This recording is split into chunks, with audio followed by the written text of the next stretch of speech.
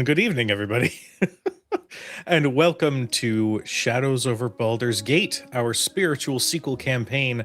I clicked the wrong scene, fixed it though. Welcome to Shadows over Baldur's Gate, I our thought that was on spiritual purpose. our spiritual sequel campaign to the award-winning video game Baldur's Gate 3. For those of you who are partaking in tonight's episode and have not finished the video game and wish to do so, by all means, we very much encourage you to go and do the thing. I literally, Hypnotic, thank you for that. I delayed show so I could do this and spill water all over myself doing it. I got contact solution, but I can't drink that. Don't drink that. Don't need Ew. Let's Ew. not drink the wet. Let's drink Terrible the idea. dye. No, We no, don't- no eyeball juice. Drink the no. pain. Would you rather got to be? Pain. Salty. But yes, our beloved Anaya is running a touch behind, but we wish them all of the swiftness and also all of the peace. They will be joining us eventually this evening. But before we jump into tonight's episode and give it to our wonderful cast, let them know who you are and who you're playing this evening. Hi, I'm Lauren Urban. She, her. You can find all the stuff I'm doing at my website, lauren-urban.com. And I am so happy to be back because tonight, playing Udazash, the Dragonborn Ranger/Rogue, and everything is fine. Oh shit! Hi, it's me. I was like, it's so quiet right now. Who's next? My God, I'm so y'all. Okay, You're good, Hi, you're good, my you're name's good. Someone Omega send Jones. CB a coffee. I was looking at my DoorDash. My name's Omega Jones, also known as Gritbar across all social media channels. My pronouns are he and they. I play Leopold Guthmir, our illithid scion child boy. He's not a child, he's just young. His pronouns are he, him, and he is mess. Pass. Hi, hello, good evening, folks. You can call me Laura or Tutu or Laura Tutu. My pronouns are she, they, and here now tonight I am playing Winifred Fithiok, our resident celestial warlock, divine soul sorcerer, whose pronouns are she, her. And hello, my name is Tony Rodriguez, and tonight I will be playing Basu Brightbull. Both our pronouns are he, him, and he is really excited to continue his adventure, but is worried about his friends. Hello, everyone. My name is PJ McGaw, and I am playing Marcus Hellhammer, Tiefling Tattoos, Pugilist Extraordinaire, me. And I'm here to keep my friends alive, maybe kill some bad guys. And I guess we'll figure that out last third tank when we get to us. So until then, please have a great time. Cujo, take it away, y'all. And I am Cujo. I will be your chronicler and everybody else this evening. When last we left our intrepid heroes, they had ventured back to the Guthmir estate to deliver news of their discoveries in the Undercity. In doing so, they introduced Anaya to the noble Guthmir family, along with the Archduke and his son, Will Ravengard. The lunch went great, with no tensions between Leopold or Will. It was perfectly fine. However, the tone of the afternoon took a bit of a turn as Leo had stepped aside with his mother to have a conversation about the individual who is now implicated in the Infernal Steel Watch. Lady Guthmir had revealed that she has known about his nature, as he was the one who had given the parasite tadpole to Leopold in the first place. In exchange for his safety, she would guarantee Gortash's rise to Archduke 1 year ago.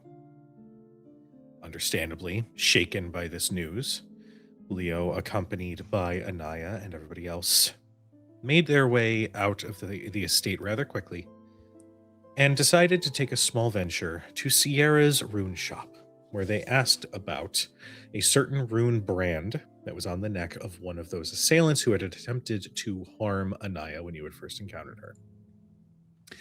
It was revealed that there are possible ties to an old sect of casters referring to themselves as the Twisted Rune, typically liches or some sort of undead beings. However, This particular spell has some quite advanced spell work for it to be activated remotely. So this is very much a high-level arcanist of some kind that you are dealing with. Eventually, a conversation on what the next steps would be came up, and tentatively, you guys were talking about going to the Janath estate. However, there's one additional note.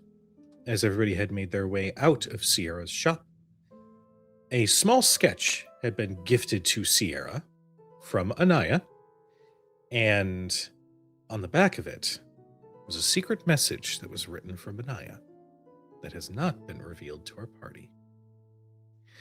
That is where we left off. So, my beloved second chances, tell me, what happens next? So we're just leaving the rune store. Is that where we currently are? I believe so, yes. That is. I think that's where we left off last session. You guys were departing to do things. What time is it? Oh, that's a good question. It's got to be like a couple hours in the afternoon. Like 3 sessions of the same day, so I don't know. I'm thinking we're pushing to sunset at this point. Okay. So I'm gonna say around my sense of when the sun is up in the Midwest is a little messed up right now, so I will say around 6-ish. Remember the times we're going to be up at around 6-ish. It's okay. Out here in California, it's pitch black by 4:30. So I get it. I'm here in Seattle. It's pitch black by all the time. And rainy. Yeah. Bad raining. It's fine. It's fine. Zash, Yes. you look a bit like you're ready to climb up the walls again. Is everything all right? I mean, I'm not about to climb up a wall unless you need me to. Is everything all right? No, but there's nothing I can do climbing up a wall to fix it. Unless you want me to climb up a wall. No. Something up the wall? No. Literal. Right. You just seem a bit antsy. Is all. Yeah, very much so. But I don't know. I don't know what I can do to fix it, so I'm just going to try to be distracted by things. Meadow, really quick, give your introduction, who you are and who you're playing. I'm sorry. I'm so sorry. I'm sorry. Don't be sorry. We're glad that you're here. Fine. My mother's name was Sorry. It's a family name. You can call me Sorry. You can find me everywhere on the internet at Howdy Love Darlin or Howdy Love Darlin GM. Hi, happy to be here. So sorry. We literally just started, so you have missed pretty much And- nothing. For those in chat, look, oh, well, it was right there. We have Anaya's official art. I'm so excited. It's a waiting.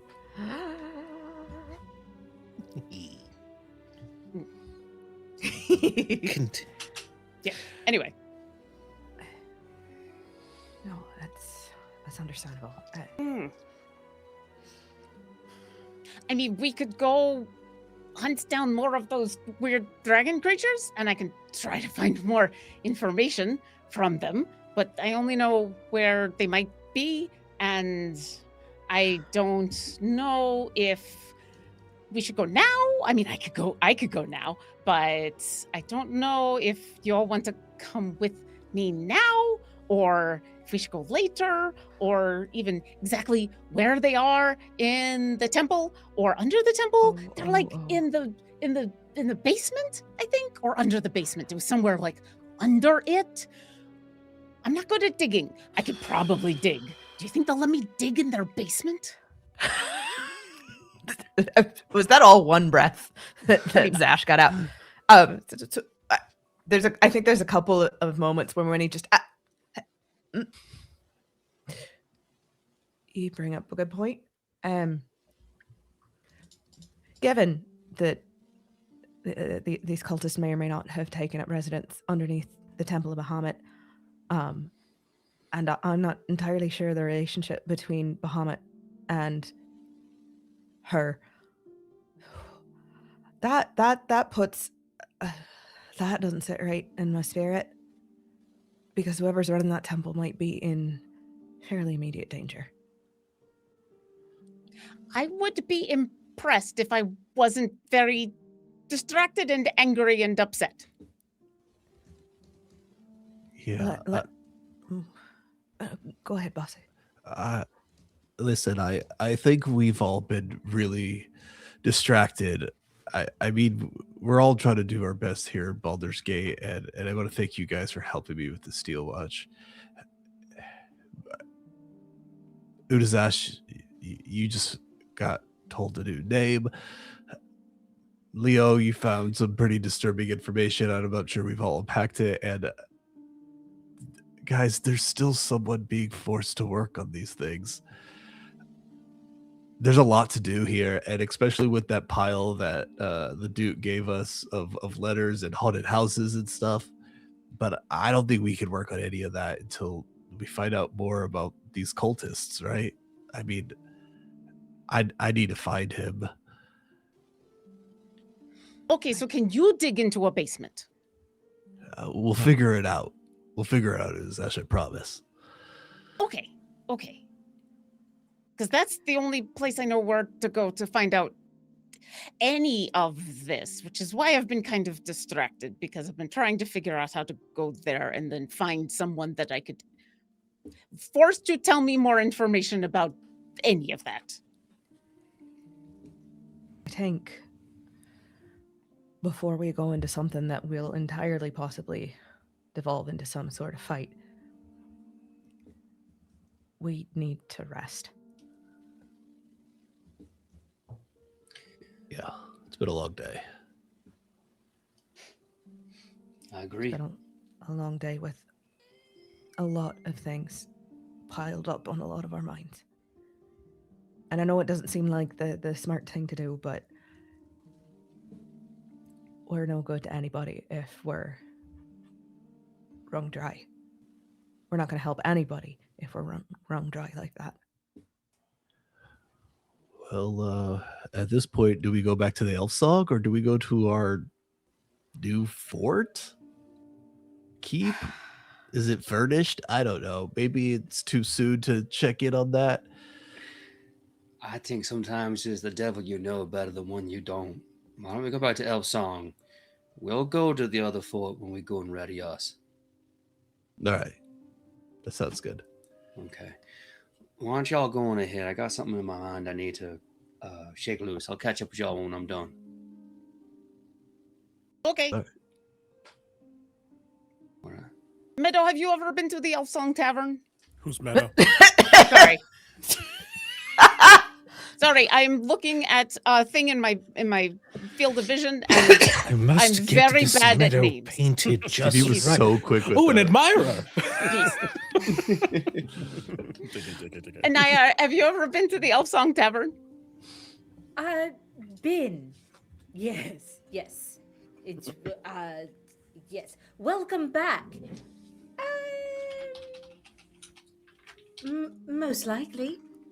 Well, you are about to be, because we're going to go and we're going to get food and probably sleep. I guess people are going to sleep, and you should come with, because that's where we're going.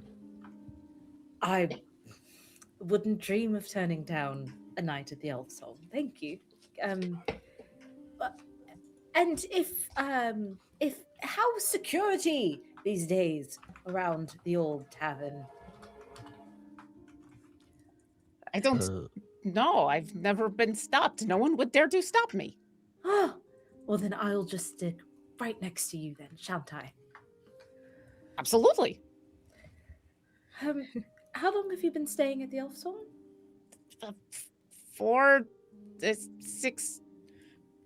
12 or 14 months, days, something like that. Oh my god, do you live there?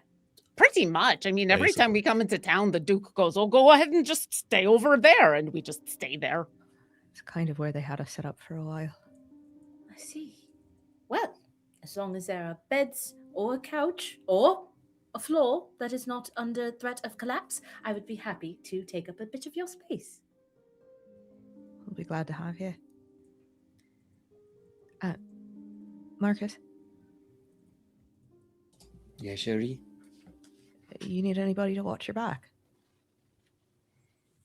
No, Sherry, not for this. I got this, me. All right. But I will be missing you by my side, though. I'll see you later.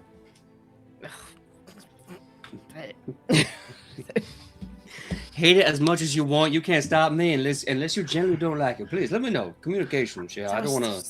Go on. Get out. Get out. All right. All right. Well, as the majority of our party heads to the elf song, Marcus, where do we see you heading to? I think all the talks of family and mystery and the devil runes saying dad and all these things. Well, Marcus, you could be a good father one day. You know, it's pulled something from his mind. It's funny because he was kind of quiet and a little grumpy in El Terrell, and now he's suddenly quiet again.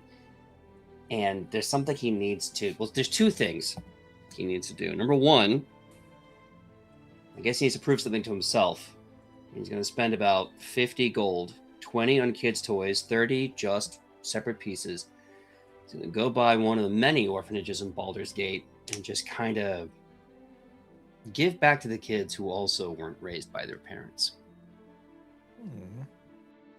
Toys, wooden blocks, little firecrackers, and 30 for the people working there, because sometimes the best gift you can give is just money. And if asked anything about it, he'll just smile and say, sometimes we don't get to have a family, but sometimes we get to make one, and I hope this makes that time better. Oh, hey, while I got you, and he'll take out a piece of paper that has been preserved with abjuration runes, devil runes, faded from years and years of efficacy, and it is a drawing of a house done by a 5-year-old's hand with a mommy and a daddy and a little red devil baby. Marcus, age 5. And he hands it over to the orphanage and he says, this is probably a wild shot, but you see a house that look like this somewhere, anywhere in Baldur's Gate? You know, upper town, lower town? The caretaker, an elderly woman, she looks at it. Oh, I'm so sorry, dear. I don't quite know. It's a beautiful picture, though. I can perhaps maybe ask around. I'm not very well traveled in the city. I just sort of go to the market and come back here and take care of the children. Oh, I know they don't thank you enough, but trust me, they appreciate you all the same. Like I appreciate you.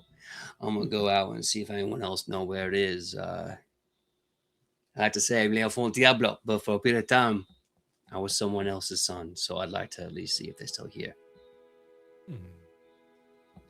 Well, and as she approaches to try to like offer some sort of warmth, she is making a wisdom saving throw.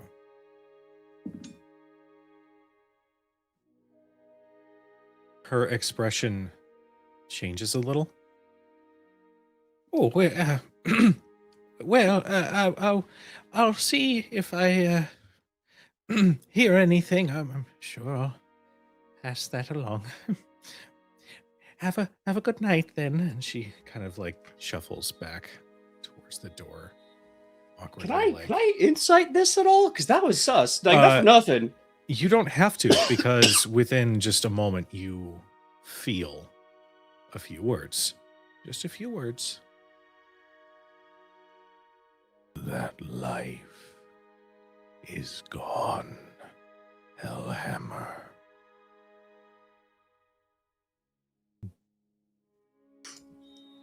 There is a pounding headache of repressed rage. The adrenaline finally runs cold. Kind of takes a deep breath. He's gonna look at the old woman and look over his shoulder over at his shadow. Does he have one shadow or two? He has one shadow, but the shadow definitely, like, the horns are a little too tall. He looks a little bit more intimidating. And you recall something in your contract. There are going to be some who are going to catch just a little bit of a scent of what energy you now carry with you. So with that, I'm going to leave. I'm going to go not to the Elson Tavern. I'm going to go to whatever cheap place I can get, like the cheapest 5 or 10 gold piece bottle of like whiskey or some dwarven stout. Yeah, it's called 5 or 10 dawdle. Buy today. The lore is that somebody really tried to think of a fancier name for it, but they were too hammered sampling their own product to do so. And 5 or 10 dawdle was just the funniest thing that they said that night. So Were they too hammered or too hell hammered? Sorry.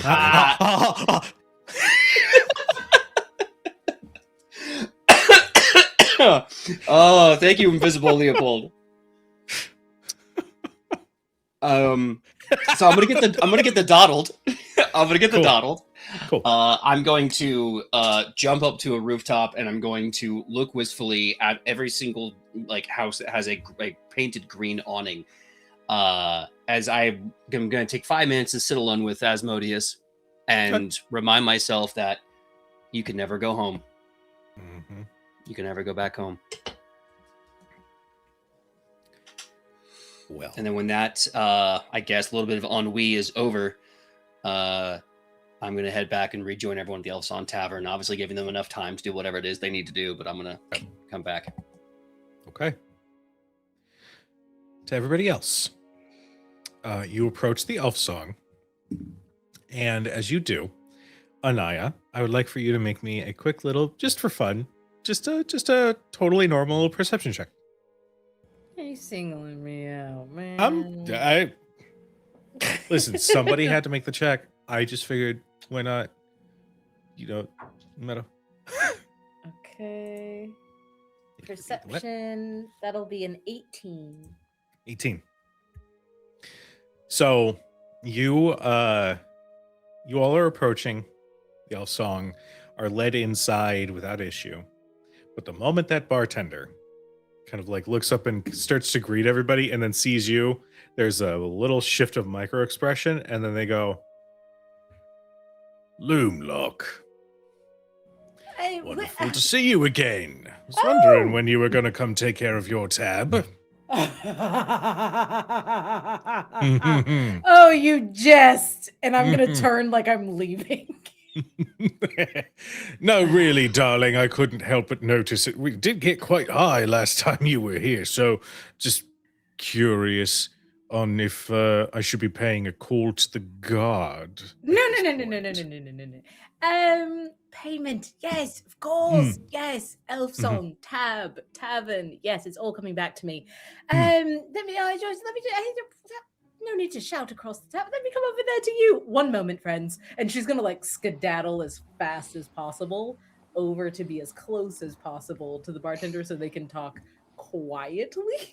I've been told I'm supposed to stay near Anaya, or she's supposed to stay near me. Udazash isn't quite sure, so she's gonna follow. Sorry. No, it's not you. It's always something with stream elements that I forget to turn off. Hold on. How dare you, stream elements? CB. Come on. Yeah, it's totally stream elements' fault. How dare We love they? them, though. Go follow them. Yeah, no, you should You go follow should. all those people because Yeah, they love them. absolutely. I'm following Anaya, who is following stream elements. We're all following stream elements. I am stream elements. It's a water elemental, but he's always going downhill. Exactly. We're Exactly. done with this. All right. Oh, Jesus. Leaning into the dad joke thing, huh? Much to my torment. Anaya, you approach the bar, and there is a somewhat built human male bald head who sort of leans on the bar. Oh, so we're finally going to talk business, huh? We're going to settle problems here? Because last visit was quite expensive with what the property damage. Problems. There are no problems at the Elf Song. You know that. My good friend. Could I try to do a history check to see if I remember his name? Yes. That's wild work, and you know it. I love everything about what is happening right now.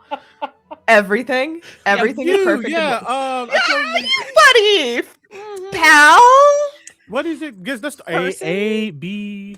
Oh, I asked you if I could roll my worst stat, flat across, and I had no Mhm. idea until I pulled up my. You did that. I sure did. Luckily, that's a 16 on the die, so that'll be an 18 total. Okay. Bosco. Oh my goodness, as the drink has gone to my head. Bosco. Hmm. Hello. Yes. No Originally, it problems was at all. going to start with an H, but I'm glad you remembered it this time. Yeah, and every time after this, which will be so many times because it's such a pleasure to be here. Dear, remind me the tab, and perhaps even what one might call the owed amount. What would that be? If I were curious and I had no idea and I hadn't been tracking and I had just been coming in here and drinking and adding things to it and paying for other people without adding that, if I hadn't been keeping track, what would I guess I owe you? You see, they turn, and there's this case up against the wall that has several small scrolls, some of them with first names, some of them with first and last names, but they produce one that you can just tell at a glance is a much bigger scroll than the others. And they kind of sips it out of the thing and, let's do the addition, shall we? And he pushes it, and it just rolls out. Oh, there it goes. Watch out. 4.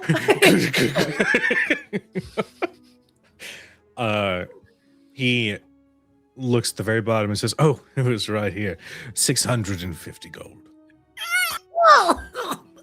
And that is also counting in some property damage with your rooms for the last couple of times that you stayed here." I have Bosco. Bosco. Any damage that has happened has befallen this magnanimous historical establishment can't possibly be tethered to one such as I. Look at my stature, dear. I'm hardly knee-high to a kobold. Look at me. What kind of damage could I possibly do?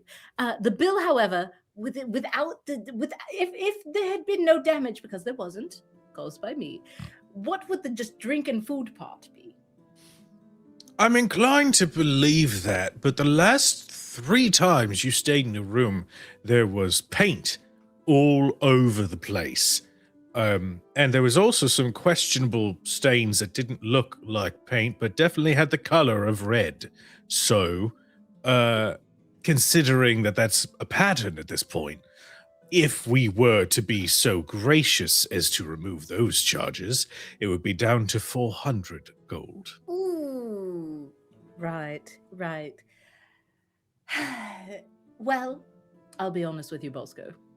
Just between you and I've been living in the sewer for nearly half a year to avoid these kind of problems. Have you also decorated that with paint and questionable red stains as well? Oh my god, you would love the little alcove that I found. I have quite livened it up. You would like it. It's blue plank, pink plank, yellow plank, blue plank. Listen, I've got a pattern set up and I probably should go run by, grab a few things. Anyway, I would love to settle this for you. I have a good down payment now, and living in the sewers has given me every opportunity to hone my prowess physically as an adventurer. So I can do more than just paint these days, I'll have you know. And if you have any small, tiny, easy jobs that may need being done around here, I would be happy to pay off this alleged debt in labor. What sort of down payment are you offering? A good sizable chunk of what you have just quoted me, of course. And my eyes nervously slide over to Uzash. Not like asking for any money, just like, I know this is a lot. We just met. Please bear with me. Oh, are you going to paint him something? And so you're doing like a down paintment? Oh, would you like a portrait? I think it would go lovely right over the fireplace there. And a view, oh, imagine it, worth clearly at least 100 gold.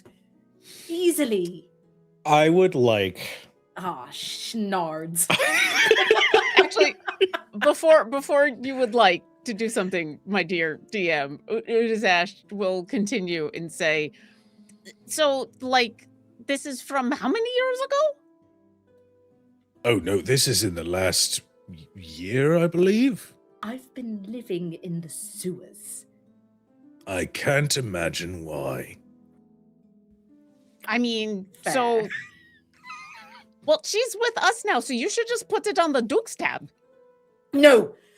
Why not? That shan't be necessary, clearly, surely.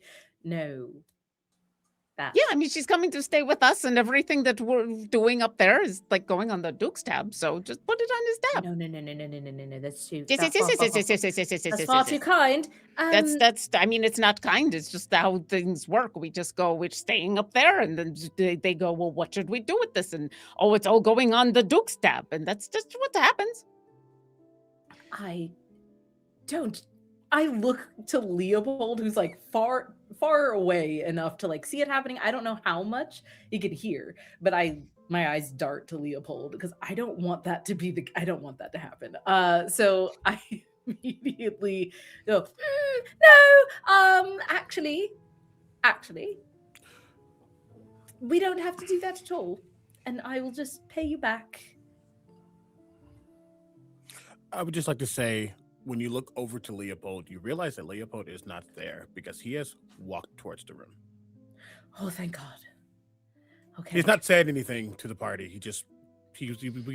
We're home, Yeah. and they said wait for whatever's happening, but he is. okay. Do we have the telepathic bond up? No? Okay. It went down back in Yeah. the manor. I wasn't sure if it had gone back up. Has anybody waited around, or is it just me and Anaya? I hope it's just us. I'm okay with either. Basu would have followed Leo eventually. I do think Winnie may have perchance stayed behind. Yes. Is this true? And he looks over to Winifred. She's among your number now, and therefore under the Duke's tab. Aye. It's a recent development, but it's a development nonetheless.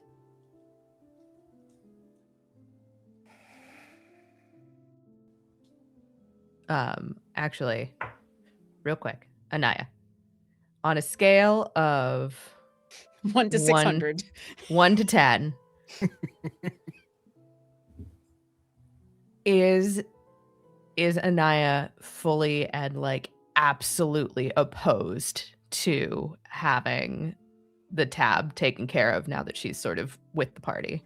Not opposed, just doesn't want to get in trouble with you guys for that. Like, she doesn't want to speak for the group's tab. Like, that's not her tab. That's not her bank accounts, her pockets she'd be dipping into. So she wouldn't make that decision without others being okay with it.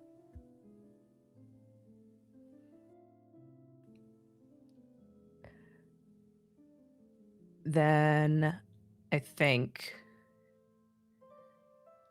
Winifred will go into her bag of holding, take out a small coin purse. If it helps, she'll place it on the bar. How much is in there? 200. You guys are rich, huh? I Listen, have we don't got sewer paid. pennies. We don't got paid. Yeah. All right. This'll. Considering your assistance to the city, your good standing with the Archduke, and he'll look at Anaya with a little bit of narrowed eyes, but we'll call this square for now. But at some point, we may have to discuss what's left. But for now, this will placate my financial needs for the moment. So, And to sugar top sweeten the deal, because I know you deserve, just bear with. And she's gonna turn around and start flipping through her notebook. It's a different one than the one that she's had, because the one that she's had isn't full. This one is, and this is of her time in the elf song. And she does character studies, like just people watching and like painting, doodling, drawing. And she is hoping that even once she has drawn one of Bosco, and she's. Oh, the wine festival. Oh, lovely. Oh, yes, that was good. No. Okay. And then we'll rip out a piece and go, I never forget a face, especially a friendly one, for you.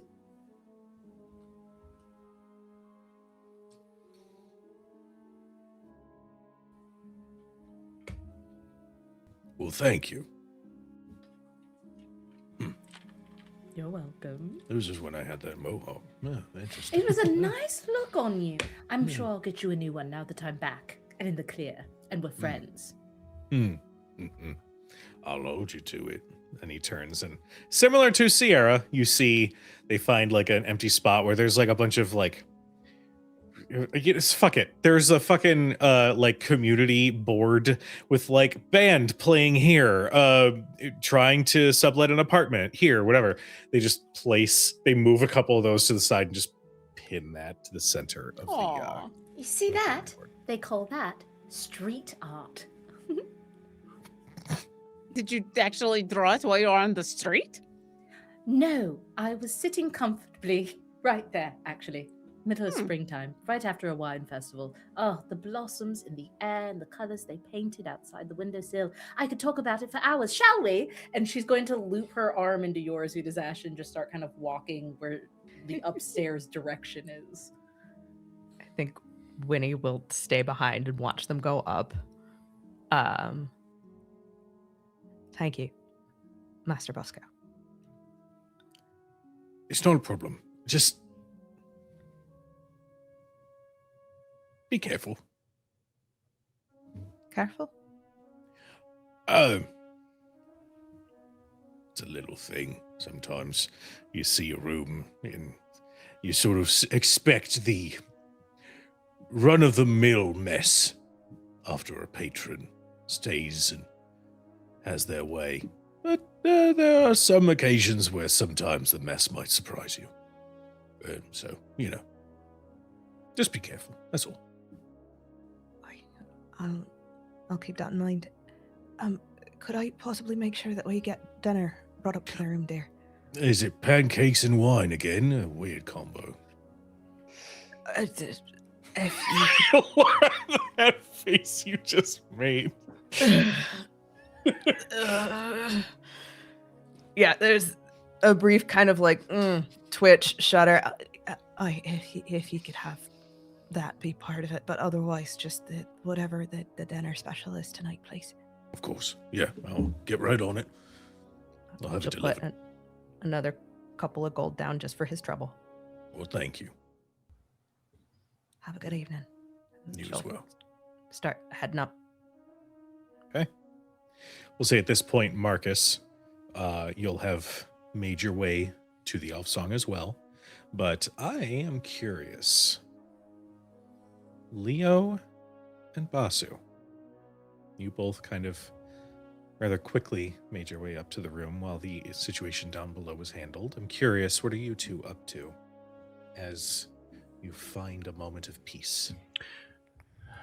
I think after like following Leo up there, I don't know where he is, but I think he would, like, Basu would have taken a moment to, like, take off his armor and his pack and ceremoniously put it by wherever he sleeps, and then eventually inch over to Leo, be like, so I can't help but notice every time we leave your mom's place, it feels like you have a lot on your mind.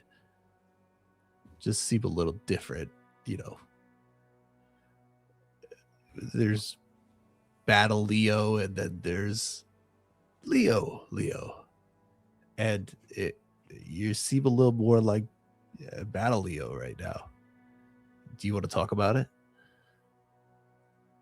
To paint the scene slightly, when you walked up with Leo behind him and you went off to do whatever you were doing, and it takes a little second to doff armor and all this. I mean, you're armorer, but still, there's a meticulousness of the process. By the time you came back to the common room, you were seeing Leo, I think, like staring out of a window, hands kind of to himself, a little slouched, a little bit, not like lazily, but it's kind of just pressure off, I guess. But again, I say not completely because you notice some of the small little pieces of trash are suddenly lifting up as they're getting put into a bin. You see a couple of the dishes that didn't get taken by housekeeping get all put up to a side. You see just a little bit of dusting. You start to just see things fixing themselves, but Leo's just staring out. It's as if there's a level of maybe focusing on something else, but still being introspective.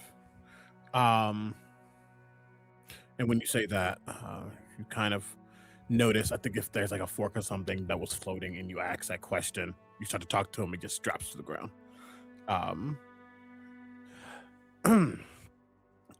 I am just a lot to think about is all.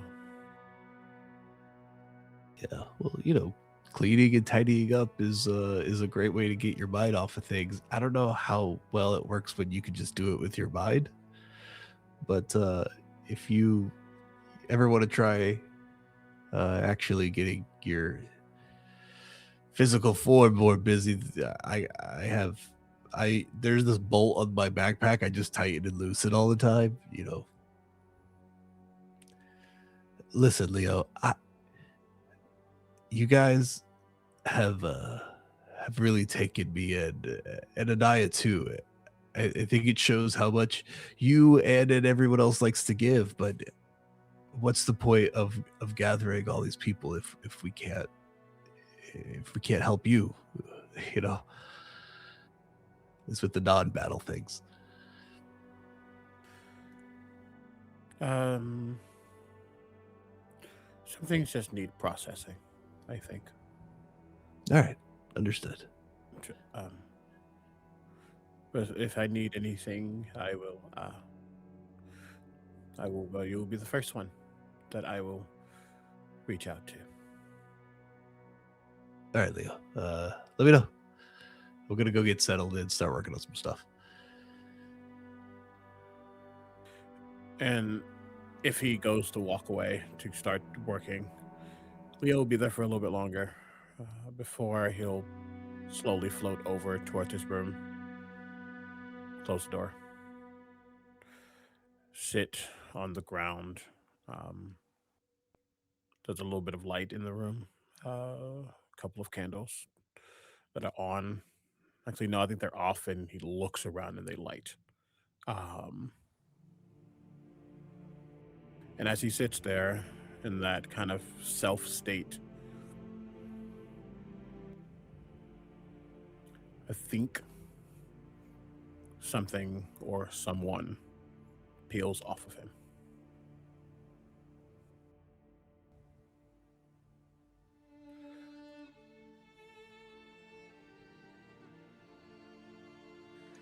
You see, and I don't want this to be like the full act of summoning Sai. I think that this is just in a similar to your telepathic bond that you can set with other people.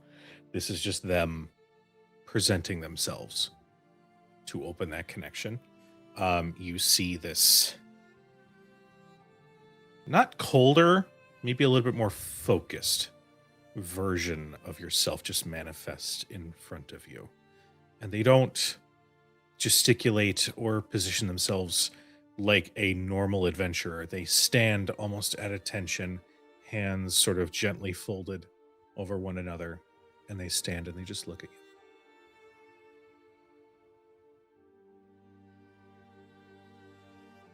you. You troubled. Speak.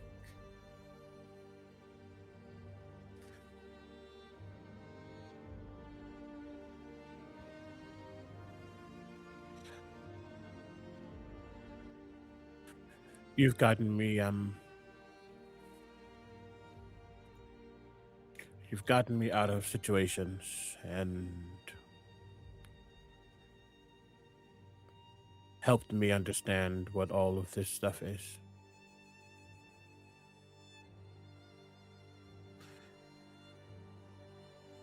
So I thought I asked you, since you know me more than most. And I think just for a moment, both Leo and Sai, because they are one and the same, it would be as if they are sitting in a small tin chair room looking up at what seems to be a projection. Almost like a movie theater, but not a movie theater because that doesn't exist. But looking at this projection of the entire, from beginning and reaching the Guthmere estate to now.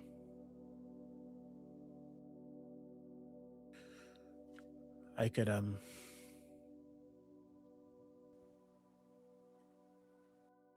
remove this.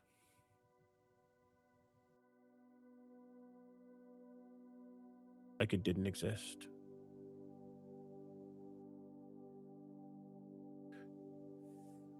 It's a memory now, and memories can be modified.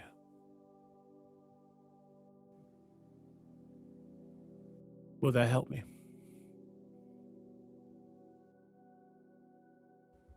Because I don't know how to process what I've learned.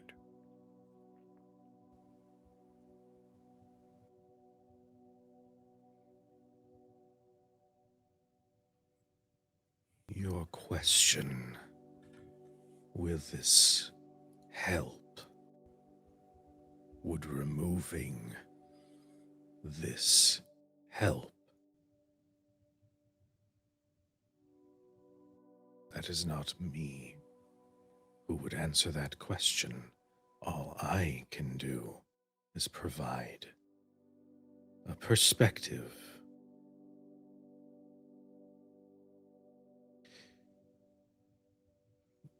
You mortals place value in others, in feelings, and not in logic.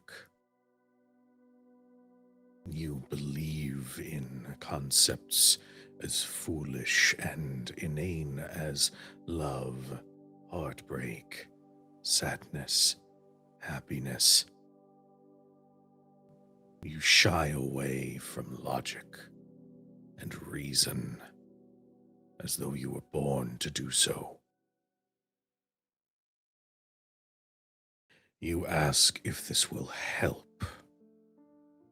The only answer I can provide is from my own perspective, in that it will push you towards reason and logic.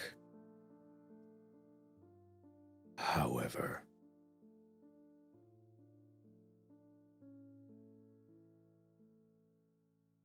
in my time severed from the Elder Brain, I have come to understand something.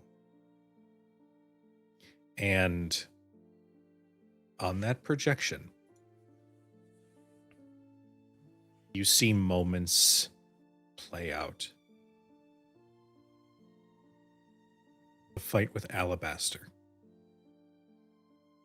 and the reveal of who you were, and the immediate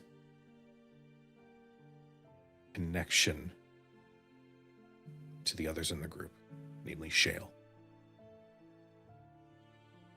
You see the fight against Tremont.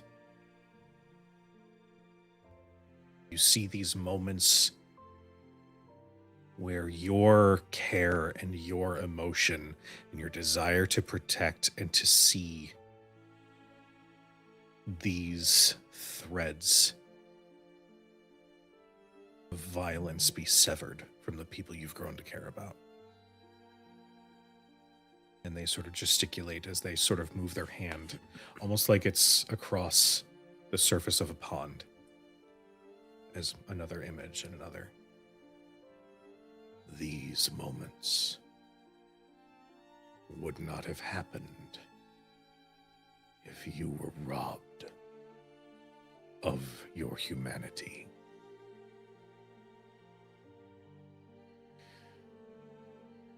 And as much as it pains me to say, you need that. You are more powerful with that.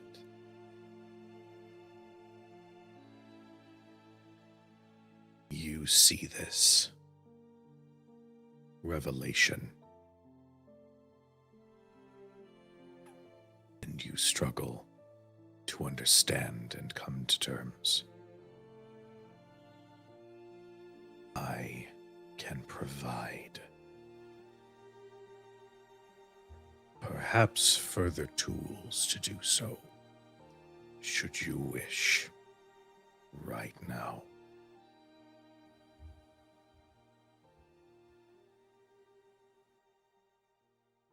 You see him watching these moments, listening in.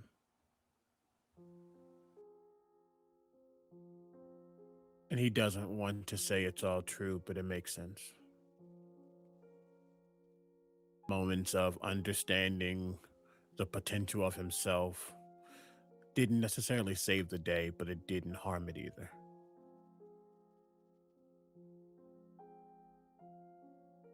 And if he needs to lean into that potential, lean into the truth of what he is now, and not erase things with convenience, leaning into it because it's those feelings that get him to where he needs.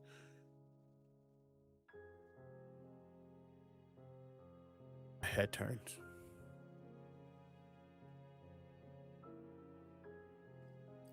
Show me. I need you to make me an intelligence saving throw. Oh!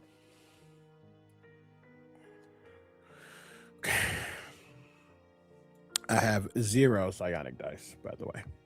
Okay. Intelligence save, intelligence save. Okay. Is there anything I can do before that? Not before, but just make sure. Nope. Okay. Get 1 dice.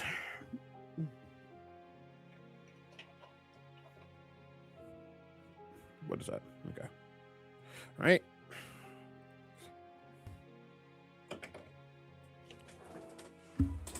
No fucking way. Which way? You're Which way? lying. What does that mean? Is it good or bad? Photo. Is it good or bad? Photo. Photo. It's gotta be Get the good. It's gotta book. be good. It's gotta be good. It's gotta be It's good. gotta be. It's gotta be the do so, baby. Do so? Do so. Yep. It's my wrestling name. Ah. Juice. I'm gonna fucking kill you, PJ McGall. I'm so sorry. Ah. The dice tell the story, y'all. Wow. Dice tell the motherfucking. I really wanted you to do all that, and it was like a 13. Right. Beautiful. Just losing your shit Hell over a 9. yeah. Yeah. Let's go, dude. Chat. Let's That fucking. is We Wild. got to see in our Discord a beautiful D20 God, that as a D20 is natural really 20 good. was rolled. Yeah, it's a very Very pretty pretty. one. Yeah, there you go. Very pretty. We'll figure it out. There we go. Whatever. All right. Just seeing the rainbows enough.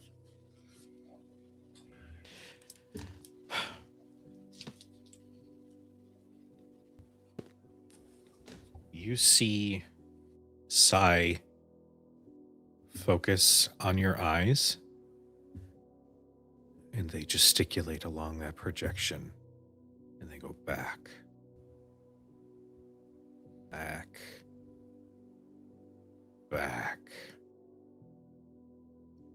And for a moment, you feel your mind flex, almost like you're prepared for pain. You push past that. And what plays in front of you is something that has been removed from your memory.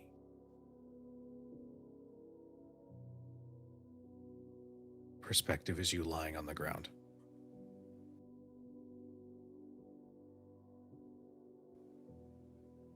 It shows you laying on the ground because the perspective is not from your eyes.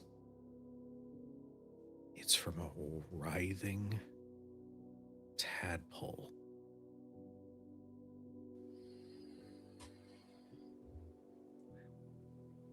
If only for safety measures, I won't describe. But after the tadpole finds its home, we see your eyes sort of half open. You're still unconscious as a spell is cast from an individual standing over you. This man stands at 6 foot. He has tan skin, very much a salt and pepper beard, very well made goatee, and wavy hair that's kept short that always looks like there's a slight breeze rolling through. And his eyes have a sky blue, and his ears come to a slight point as you recognize your teacher, Roderick. His sword is out, but sort of set on the ground to the side. Just as you can hear the door open and the voice of your mother say, "What are you doing? What has happened? Is he all right?"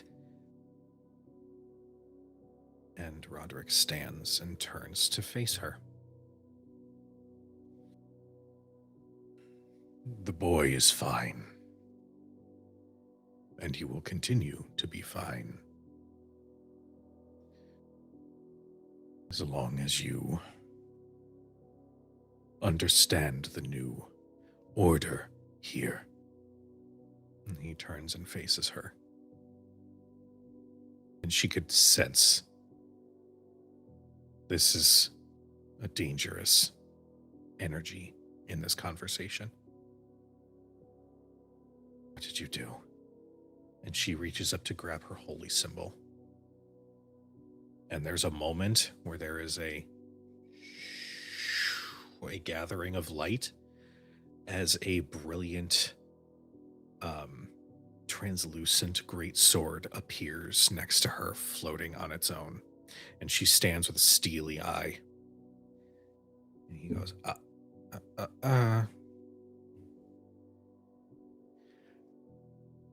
"If you harm me,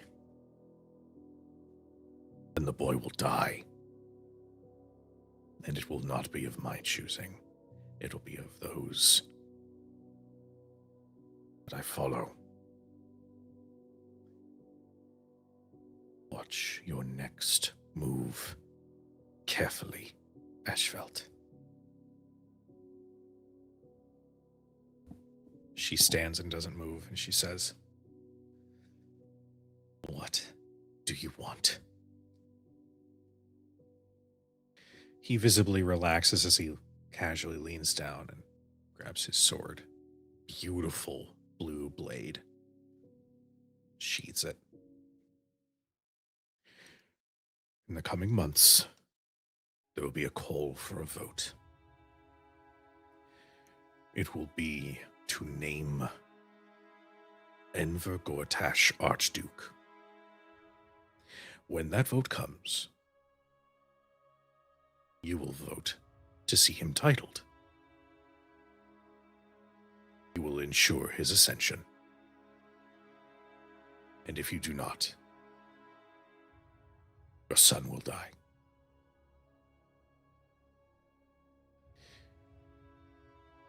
Until then, I will have your house scried upon at all hours to ensure that you will not search for a cure. You will not make contact with any friends or allies to inform them. You will behave as a good lady of Baldur's Gate should.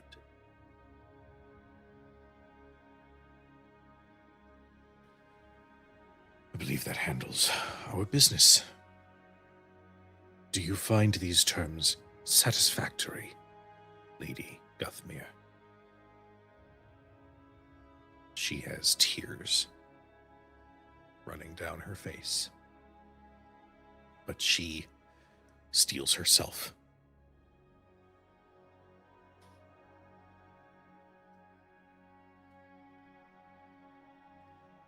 All right. But if I may, just add one small comment. One day,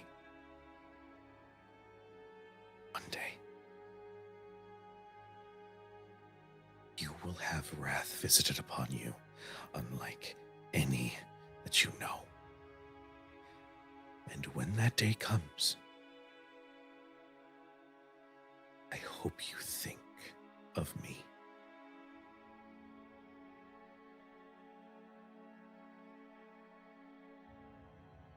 The scene slowly fades.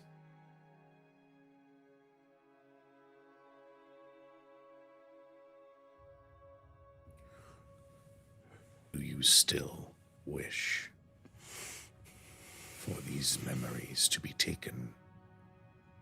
Or do you wish to be something that my people could not? Do you wish to take these memories, these feelings, and do you wish to strengthen from them?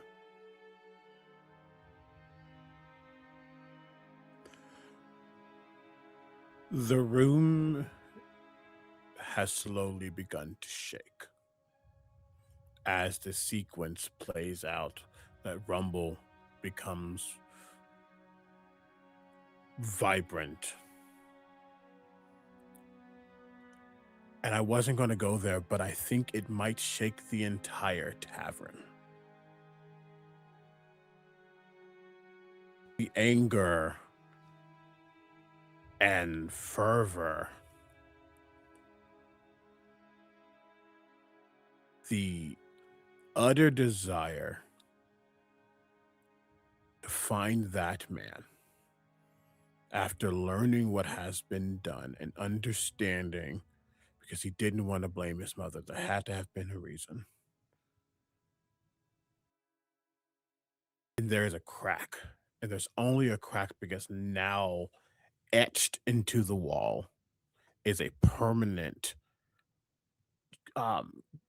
almost bored out depiction of Roderick.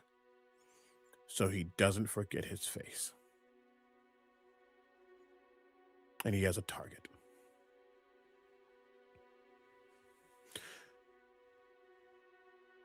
We keep them.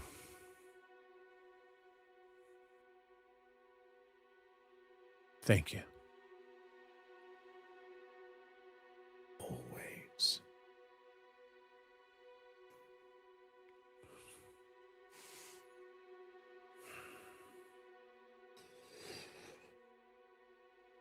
In that last second before they fade, there's a small smile on Sai's face as that room that you and them were in fades and you are back in the Suite of Yell Song. I would like everybody to have a moment to react to the tavern shaking. What happens? My bad. Tony, you are muted, but I see you talking. Thank you. Because Basu was in the room, I think he'd immediately rock and be like, Leo, is everything okay? Do you know what's happening? Leo? I don't think the door's locked. Yeah, if you didn't answer after a while, he would open the door and be like, Leo, what's going on? Do you know what that is? Who's that man you etched on the wall? What is that? Who is that? I am fine. I'm fine. It's a reminder. Okay. Okay. And he'll leave and slowly close the door, peeking inside as it. I think Anaya walking with Utasash is very talkative, going up the stairs, and then as they're approaching the room, probably is when this is happening. And I think it's a very quick and stark change. Her arm kind of like slides out of yours very fluidly, and she does like a little spin move to be standing in the shadows to obscure herself. It's like an immediate defense mechanism of like, oh, hide, there is danger, hide. And it's, you can plainly see her. It's just an actual instinct to get somewhere dimmer, darker, more safe. And her back is against the wall for just a second until those tremors stop. I think Utasash does the same thing, but in an opposite way, in where she's getting into there's danger, but she is standing out in the open, draws her bow and is looking for it, and will kind of, if Winifred is catching up, or wherever she is looking around going, what earthquake again? What's going on? Does anybody see what's going on?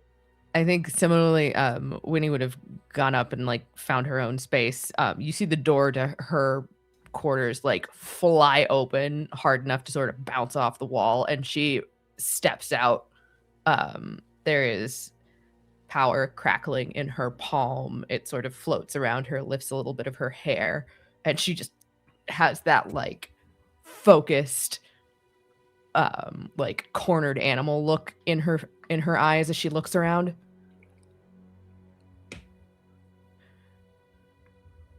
What was that?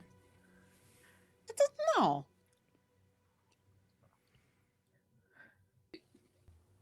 Is Marcus stopped. there? We'll say Marcus is there at this point. Okay. If I'm on the downstairs floor, the minute I feel the shake, there is a heavy sigh and a stern, steely gaze, like I am ready to enact violence. And he just starts running up the stairs. And he opens the door with the intentionality of a soldier. It is a breach. It is an entry. He's got the hand ready cocked, and then he sees the room. And there's a moment in where Utasash is like startled by you coming in, and it's only because she recognizes your footsteps that you don't get fired upon. She's like, she turns, but because she recognizes your footsteps, is just like, do you know what that is? He's going to look around for a second. Is there any role I would need to understand the emotionality that is now pregnant in the air of this room? Give me an insight check. I'm still not good at this. Okay. Would my base I'll say your base would, yeah. I just want to know what Marcus would roll though. Not bad. That's a 17. Okay. All right. Now, as I understand it, the room that you guys are all staying in is that suite from Baldur's Gate 3 in the Elf Song with the different like bunk beds and whatnot. So I mean, personally, and I don't want to take away from Omega. Is Leo in a different room? Yeah, I kind of pictured like a mix between that open space that's a common room, but there are private chambers as well. Done. Cool. I like it. That's just how I was picturing it. So he would have not been in the common room. I will say then to everybody in the common room, Basu, you are aware something happened. For everybody else, Leo hasn't come out of his room. And yeah, there's something to be said there. But you guys I'll say you guys would also see Basu, probably standing relatively close to the door to Leo's like private room. Should we be sorry, should we be fighting? No. No. As soo- No. As soon as we see something to fight, I cannot fight a shaking. Guys, it's fine. I think Leo is just having a moment, and he cyclically, I think, scrawled a man's face into the wall. So I do see his face. I don't know what that's about, but One of you the know, Well, Wait, that's normal. That could happen anytime any of us fall asleep, so. One of me, where you see the face at? Is it here? Yeah. no, it's in his room. I didn't get a good look at it. He seems like he needs a moment. But Mark is going to look at the door, and that hypervigilance of a soldier who has been wounded by everyone he trusts fades because he now understands what Leo is going through. He understands what it means to have a target, one that is deeply personal. And it's just kind of like, let that melt. Pulls out he pulls out his dottle of whiskey. Pours out 2 glasses, leaves one by Leo's door, and then sits down at the table. I think it just needs a moment. Him, he a wildcat, and he'll be fine when he's ready. He'll come talk to you then. And he just keeps drinking his whiskey. All right, well, I am ready. And you see her holding her own 2 braids, and that she's tied daggers to the ends, like knotted her braids. Marcus is holding his glass. He goes, I love your energy. I want to see that in action. That looks fantastic. Okay, good. Yes, in action.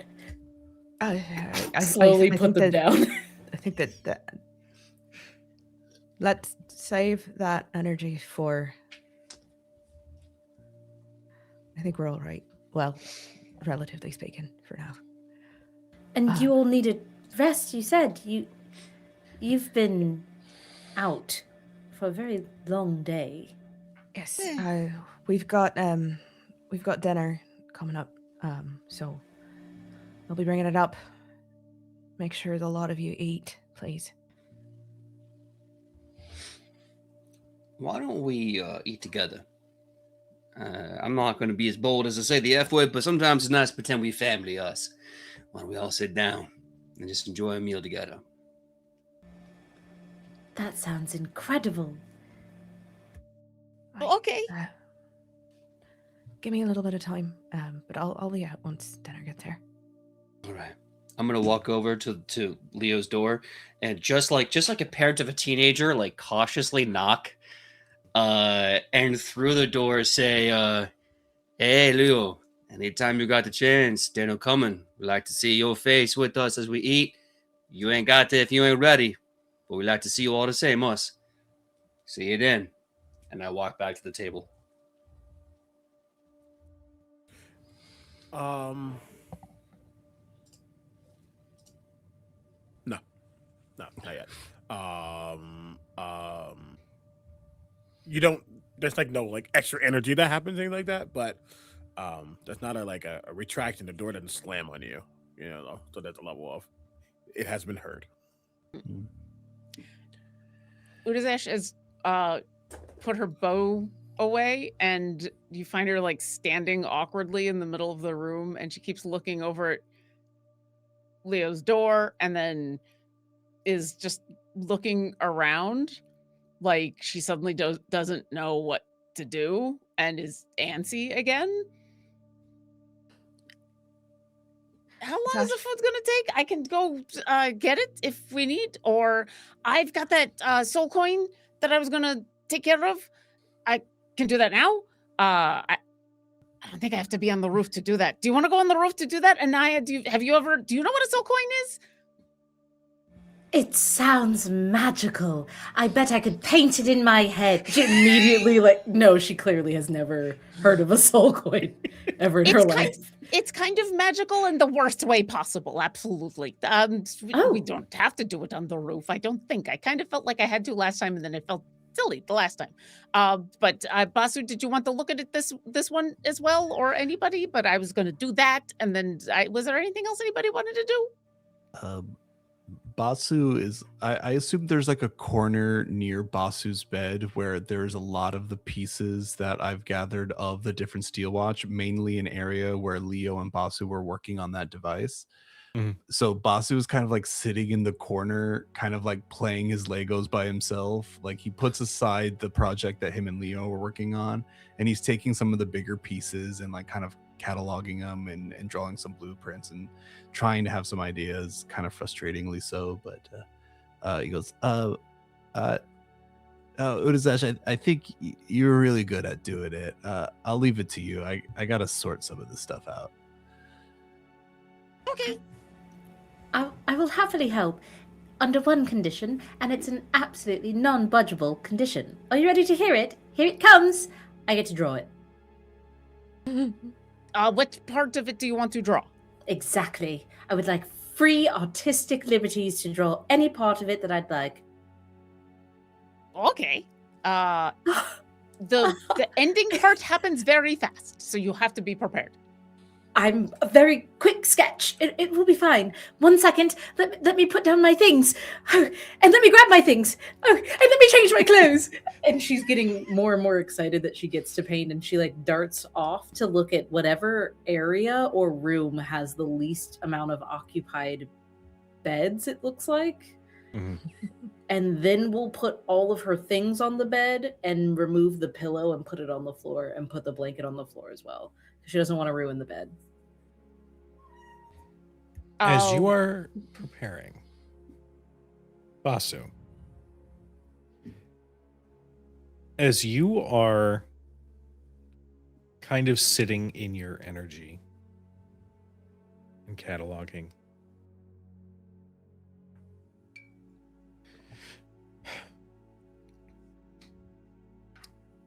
there's one particular voice in one particular memory that just says, "You know, you're gonna have to eat sometime, right?"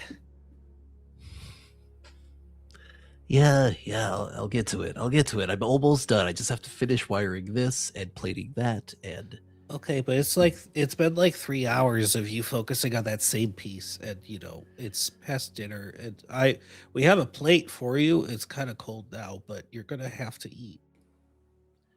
I prefer you eat and have food and then go back to doing the whatever it is, and then Okay, fine. I don't say anything when you're doing push-ups all day, but it's all right. Let's eat. Fine. And he walks over, he shoves all the stuff in the corner, and it has that memory of them together, and then really wishes she was there and looks at the armor and just kind of zones out. Like he's just like stuck holding two pieces of scrap, and he just starts to cry. He just starts to cry, and he kind of is frozen for a minute, and if anyone's watching, he kind of puts his pieces down. He goes over to his armor, he takes off the magnet that's always on the back of it, and he's just holding it and gripping it tight and kind of in a corner trying to be as quiet as possible, but obviously in a lot of pain. Okay. Yeah, I was about to say. I'm I've got calling the 23 passive insight here. I've got a 23 passive perception. If you're I leave that entirely up to Tony. yeah. I think Winnie sort of prepares to like go off and do her own thing, and she like stops tips her head, glances over, and she's going to very quietly make her way over to where Basu's sort of curled up in the corner, and she's not going to say anything. But she's going to sit down, sort of just within arm's reach. And just sit. Witty, Yes, sir. how do you do this? How do you take care of people? I feel like I'm doing a bad job.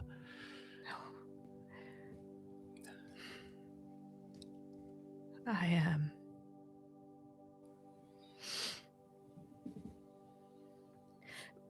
Bossy, did I ever tell you what I was doing before I found this group? No.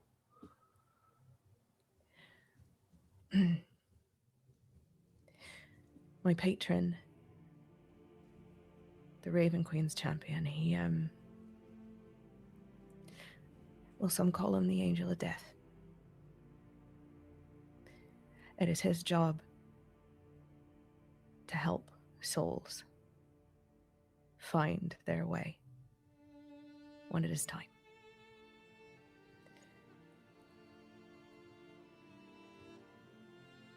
And that is part of what I have been doing for most of my life.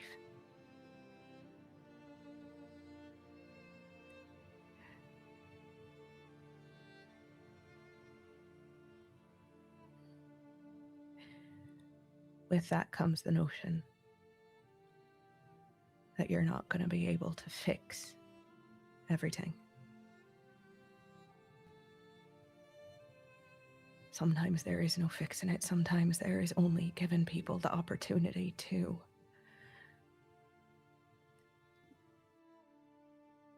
rest.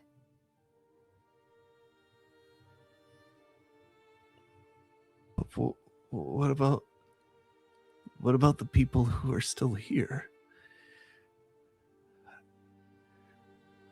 All I do is fix things, and fixing stuff like this is easy. It doesn't fight back all the time, and I'm not a hero, Witty. Cruzaro was supposed to be the hero. I just make things. Boss, And I you're right, run. Bolt. You run. I've seen you run headlong into danger without a second thought, Boyle. Without question, without flinching. If that doesn't make you a hero, I don't know what does. I feel like that's more of a... I'm scared all the time, and you guys have been so awesome and letting me be a part of this, and I need you guys, and I don't know how to help you in return. I don't know how to help anybody in return. I lied to you. I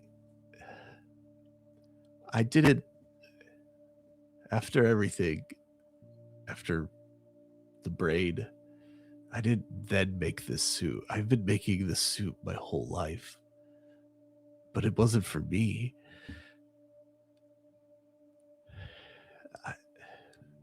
I've maintained it and I've adjusted it, and I built it to make somebody's dream come true, and it's not mine. And I just... when I ran into you guys, I was actually on my way to give the backpack away. I just thought you should know. You guys maybe changed my mind, and maybe I could try to do what she did, but it's hard. It's hard, and I'm small, and I don't know what I'm doing, and I'm doing a lot of pretending. Can I tell you a secret? Yeah.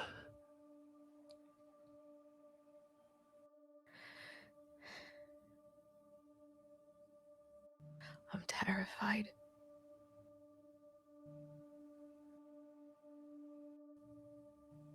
All the time. Yeah. But you still run in and close up people's wounds, you know? Like you're good at this. You're really good at it.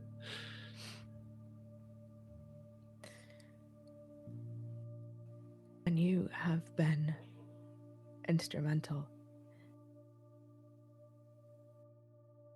the whole time you've been with us, Basu Brightbolt.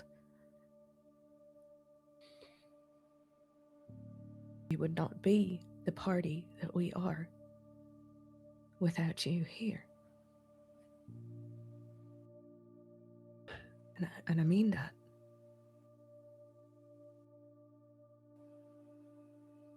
Thanks for saying that. I know you mean that. I just need to see it myself, and I feel like I'm trying to be somebody else because I don't know how to be myself anymore, because I don't know what that is. I don't know what to do next. I just keep seeing a disaster of something I ignored, and I'm trying to fix it. Winnie, there's someone else being forced to work on these monstrosities that I helped create. I could have done something before. I've had this suit for a long time, and I did it. When do you keep chasing the things you've done wrong, and does it ever end? I don't think that's an answer that I can give you, darling. Yeah. But I can tell you. I can tell you that being brave and being strong doesn't mean that you're not gonna be afraid. It means that you keep going in spite of that.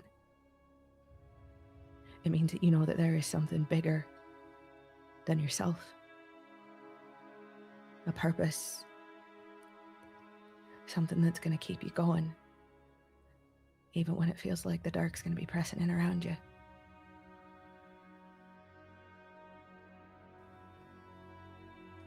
Yeah, you're right. And I can't be sure of anything right now, but one thing I can be sure of is that I can keep going. Thanks, Winnie. I can keep going.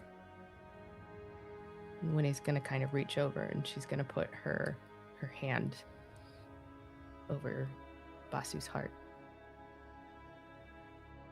The other thing I know for certain that this, Basu,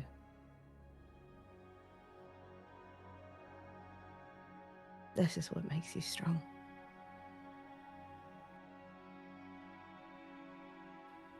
You got one of the biggest hearts of anybody I've ever met.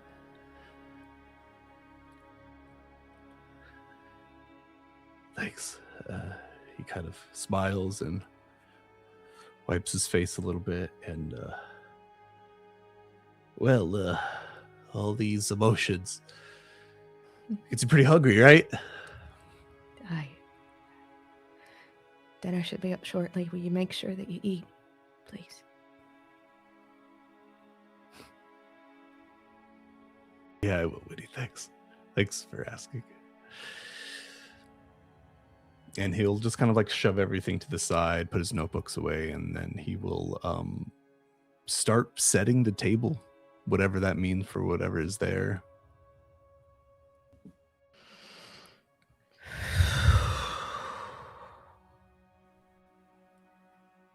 And she's gonna watch Zash and Anaya and Marcus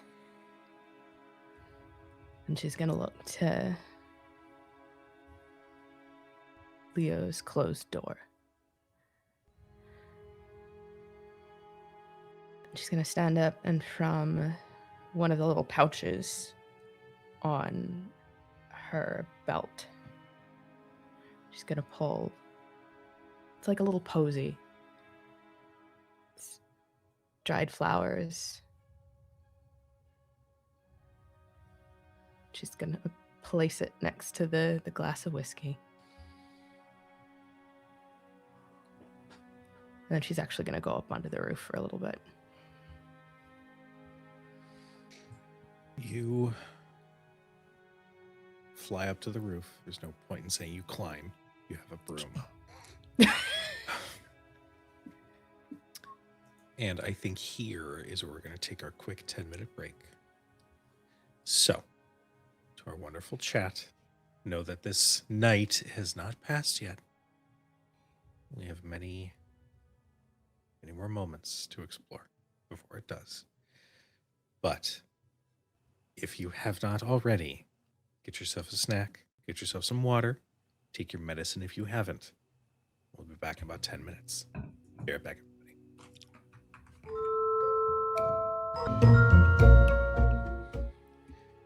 And welcome back, everybody. So, Winnie. Yo. You have flown to the top of the elf song. Mm-hmm. And the You know night what? sky I think is... she goes farther.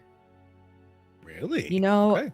You guys remember that scene in Treasure Planet where Jim has his little solar surfer and he just keeps going up and up and up and up and up and up and up and up?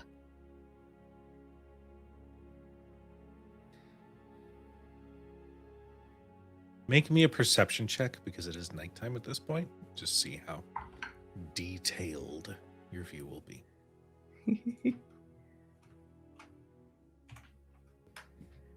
Jesus Christ. It's 26. Shit. Okay. Well, Good at a couple of nothing's things, my hidden guy. From you.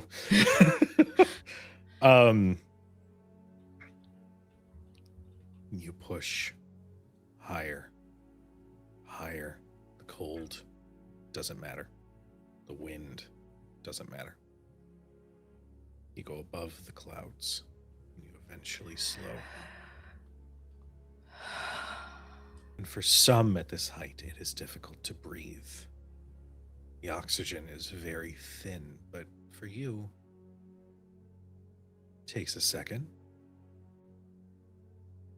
In taking those slow, deep breaths, you find a bit of peace. As you can see,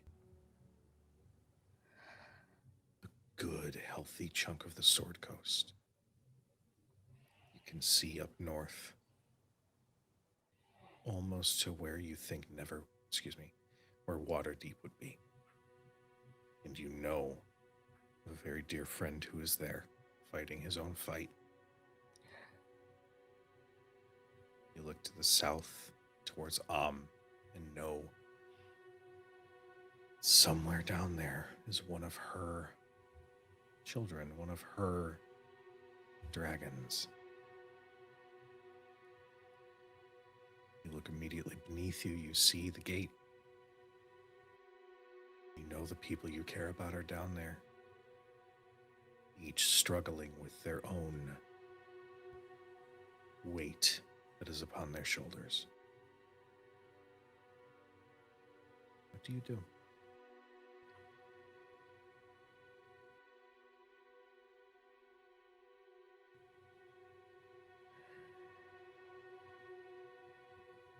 It's like she said to Basu. You are not brave because you are not afraid. You are brave because you do what must be done in spite of that fear. Do it scared.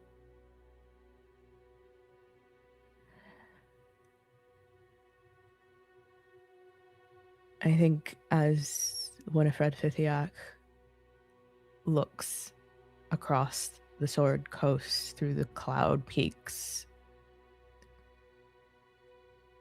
tries to stretch her vision as far as it can go, especially out to Waterdeep. And knowing that Gideon is out there, protecting a whole new flock of idiots. And the notion that she has her own flock of idiots to take care of.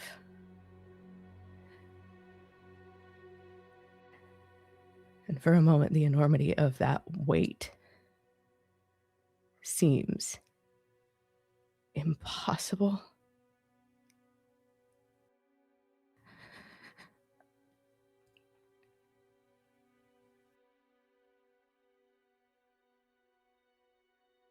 She tips the nose of the broom up. And lets herself free fall for a little bit. And the rush of the cold wind and the screaming of the air around her, the noise somehow blanks out the panic that is screaming in the back of her mind. And then she comes to a stop right below the cloud barrier, just above the city of Baldur's Gate.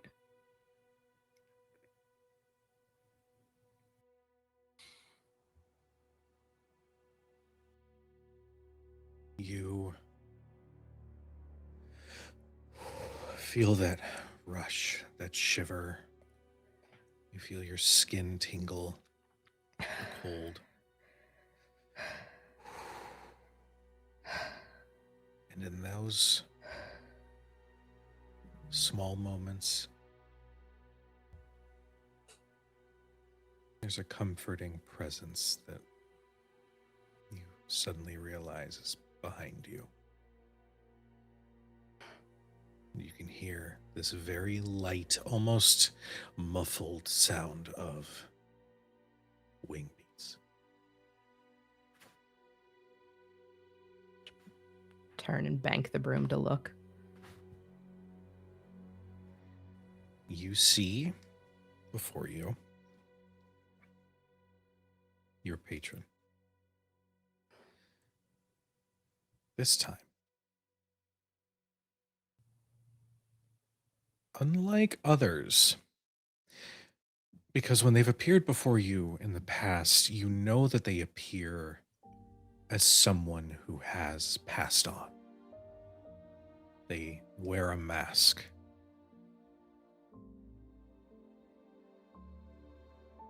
Maybe it's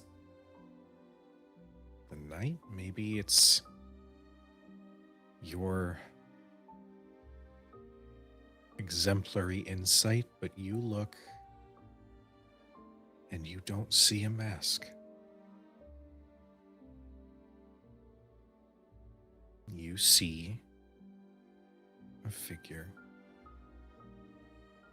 with medium length blonde hair, ears that come to an elven point, but out a little bit more. You see soft features, and you see eyes that gleam with a beautiful aqua color. The moonlight just catches them just so that they almost look like they're glowing.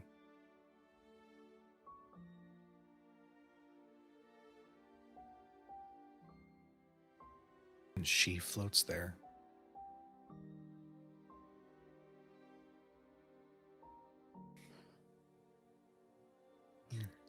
You are coming into your own.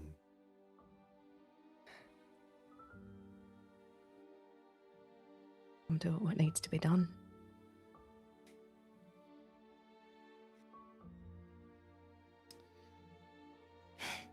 Once upon a time, not so long ago,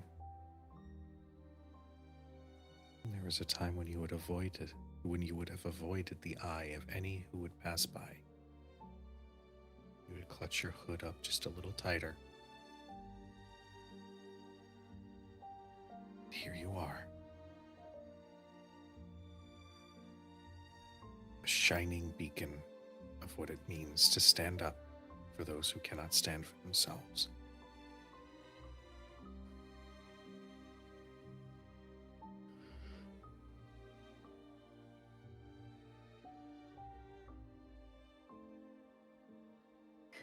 I don't know if it's going to be enough.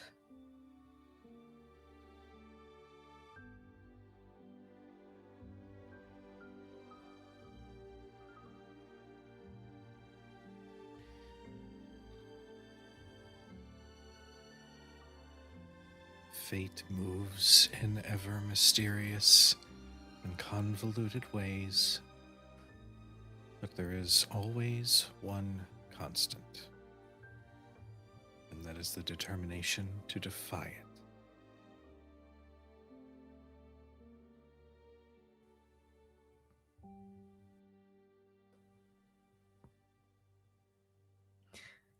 it. This is twice in barely a week that you've made yourself known to me. Not that I don't appreciate it.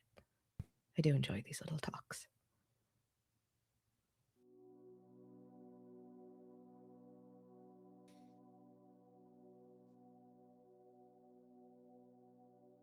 I have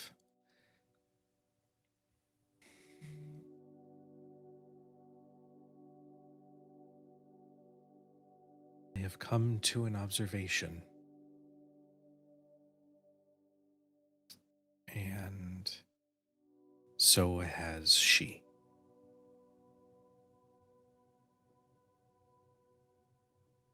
She sits up a little straighter on the broom at that. What would she ask of me?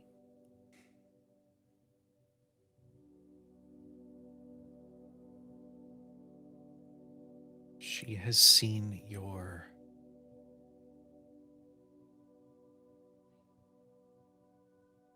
care for those who are fighting against this great evil, but also for those who you have assisted to the other side.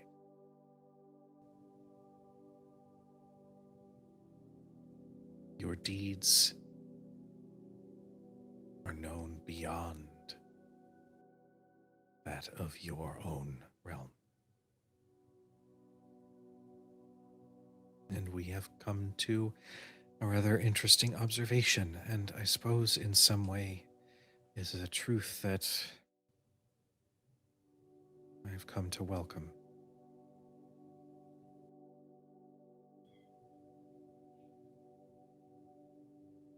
Your connection to those here. The empathy that you give those who need your assistance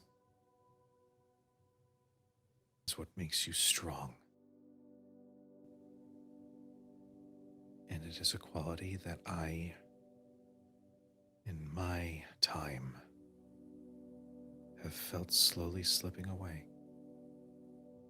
Not out of malice. I don't believe I would ever wish harm or anything. I think it is more a realization.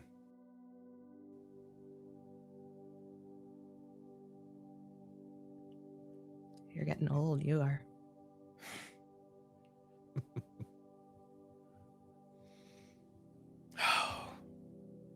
You want to know a secret?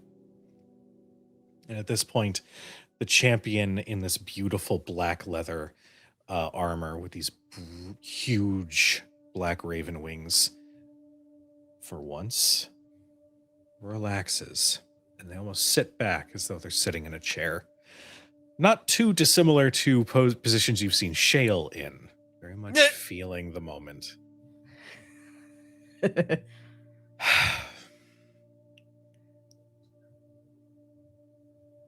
I think once upon a time, I dreamed of having a small cottage in the woods. I believed my wife and I would have 2 children, probably grown at this point. I believe that she would continue her work to build up our home. I'd be the one to take care of our family. I remember thinking, I wish I could have that moment of us in our later years, sitting around a fire, her strength all but gone, but both of us seated with a book in our own little world of peace.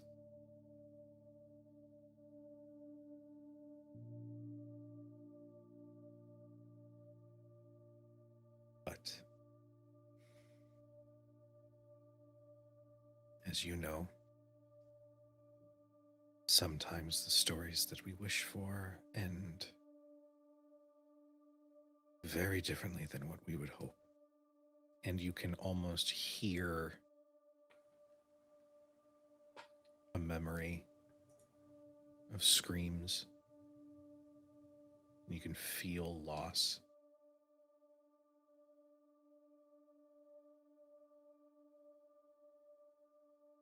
I believe you are right. I'm getting old. And now it is merely sleep that calls for me.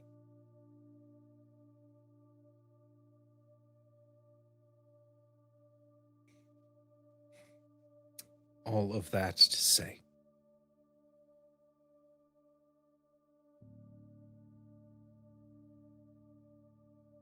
fate was made to be defied. The life that you believe is set out before you is yours to change. You have more agency than you believe. And I truly believe, as does she,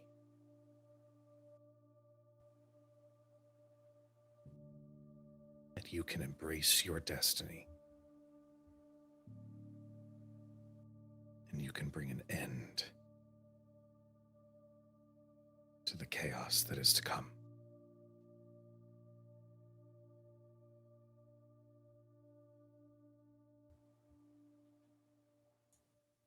All you have to do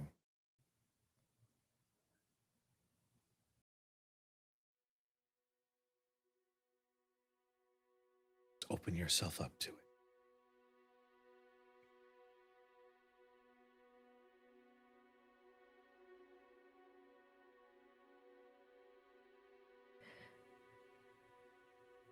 There's a cost to such a thing,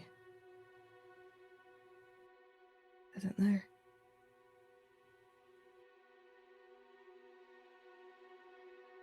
Yes.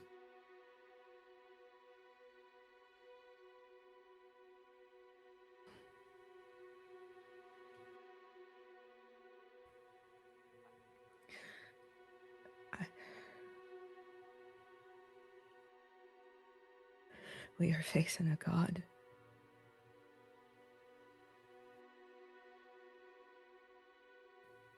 And I know at the end of this, when that final stand comes, we are going to need to make sure that we've got everything that we can gather at our disposal.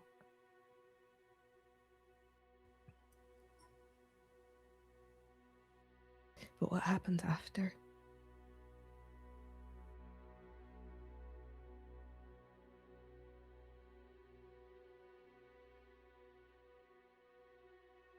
Even your sight, which can see the threads that connect everyone around you,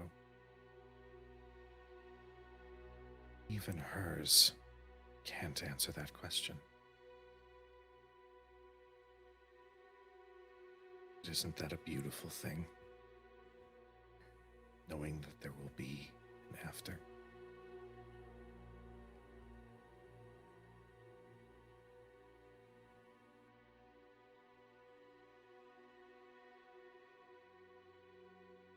Hi.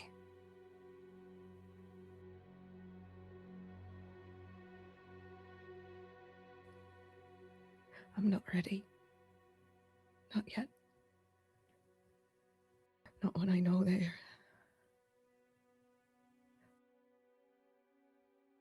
Not when I know that there are people here that still need me. Not when I know that there's someone I... Love.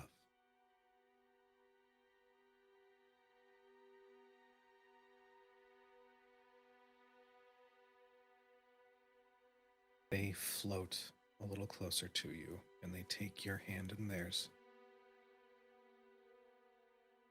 This is not a duty that is being thrust upon you. This is not some decree from her words that this is what must be done. This is merely an invitation. And you may accept or decline of your own will. And you do not have to make this decision now.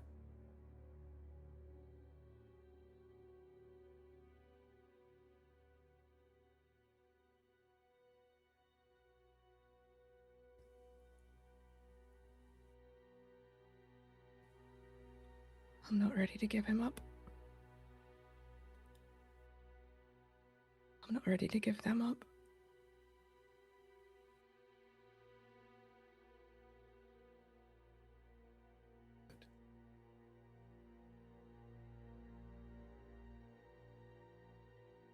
And believe your dinner should be arriving soon.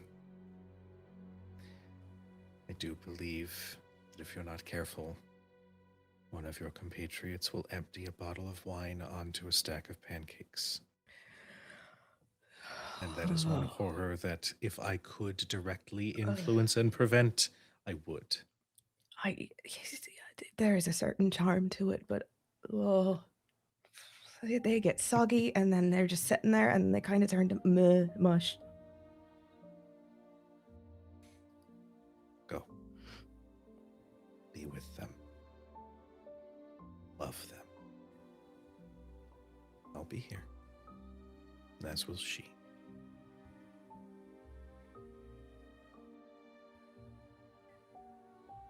Thank you.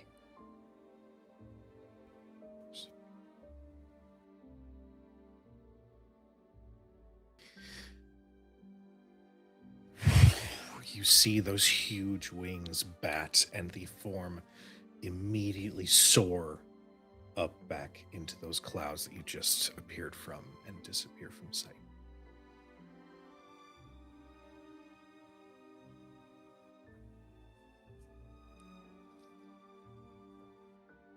She's gonna take hold of the emblem around her neck, that porcelain mask with the crown of raven's feathers. And she's gonna squeeze it so tight that the points of those little feathers sort of prick into her palm. Not yet.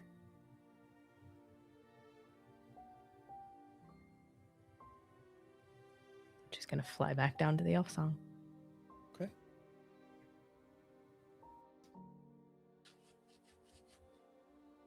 Anaya. Yeah, that's right. You're not escaping this either. God.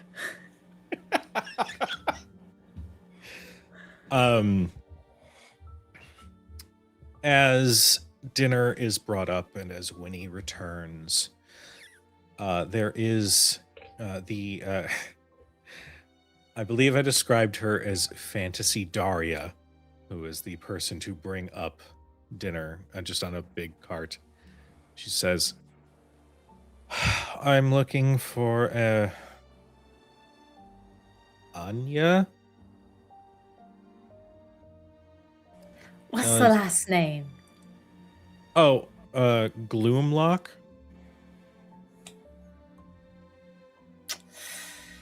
And what is it? What is it? There's somebody here to speak with you.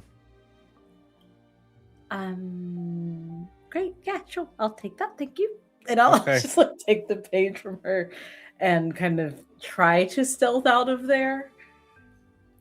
Oh, wow. Yes, such smooth skin you have. And then I'm gonna sidle past. Amazing. Not even gonna stop you. She just great. Wipes her hand. But you go downstairs and you see a familiar face. Sierra, the rune master, is at a table and she just hi. And I'm gonna like bustle over there. Make sure I stand in front with my cloak. I'm gonna hold my cloak out. Make sure no one can see her. I can't be seen in public. It's okay. Is everything okay? Yes, absolutely. Yes. Actually, I left something outside. Could you come with me outside? Yeah. Oh, yes. Exactly. Just going to Outside. go outside for things. No one's asking us. Oh, okay. All right. Here we go. And then I'm just going to like lead her out the back door until we're out. Like it doesn't have to be private, just not out in the open. So if anybody in the party comes down, I don't want them seeing me talking to Sierra. So if there's other people out here having a nice tobacco pipe smoke or like other people, it's fine. I will say, because I know this party, go ahead and just for fun, give me a stealth check. Yikes. Okay. Seeing at least two people nod, probably a good move. Okay. Well, I'm going to spend a luck point to take this at advantage because I'm Yes. scared. Okay, great. The highest one is a 15 on the die, which means that's going to be a 27 from me. Okay. Love it. All right. Yeah, she follows you out, and as you find a spot, she's like, "Ooh, what secret dealings are we doing?" Yes. It's. Oh, but We don't have to call them secret. No, we could just call them private. and then they both make sense, and one makes people less mad. Here's a list of things I need from you. And she's going to hand over a tiny list. GM above table, I have put this tiny list in our chat.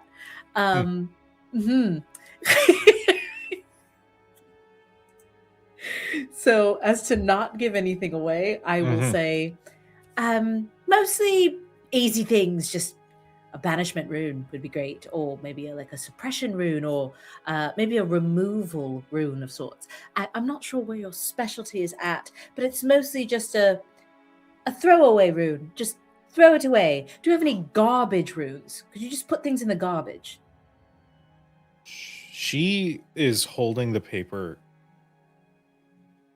And don't read too into that, dear. It's just... and she folds it back up.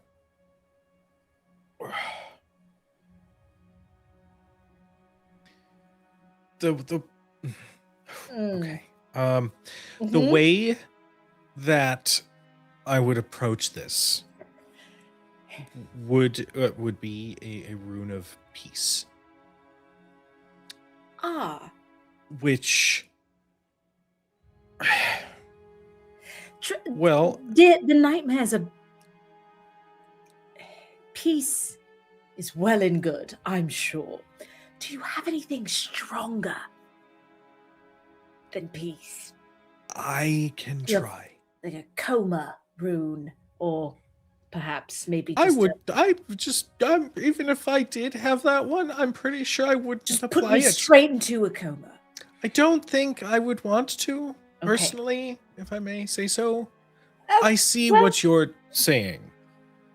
This would be. This I will would do take. anything, Miss Sierra. Please. Make me a persuasion check at advantage, please. My tummy is wumbling, princess. I'm so scared. Jesus Okay. Christ. That is okay, and math tells us that makes it a 29 with a 16 on the die. She takes a second and thinks. Okay. Runes can be applied to 3 spots: hands and your third eye. I might be able to put something together, but it will require runes to be placed in all 3 spots, and that can be a little draining, at least at first. For can do you some or for research. me? For you. Oh, then that's fine. If you'll be all right, that's good. I can take it, whatever it is. I have no idea what we're talking about, but I'm confident in my abilities. Okay. Let me do some research. I'm going to hold on to this, if that's okay. Sure. Yes. Say no more. There's a little rune that appears on the back of her hand, and it looks like a symbol of a flame, and the slip of paper just A sigh slowly of burns away. relief goes through Anaya. I will see what I can do. Give me...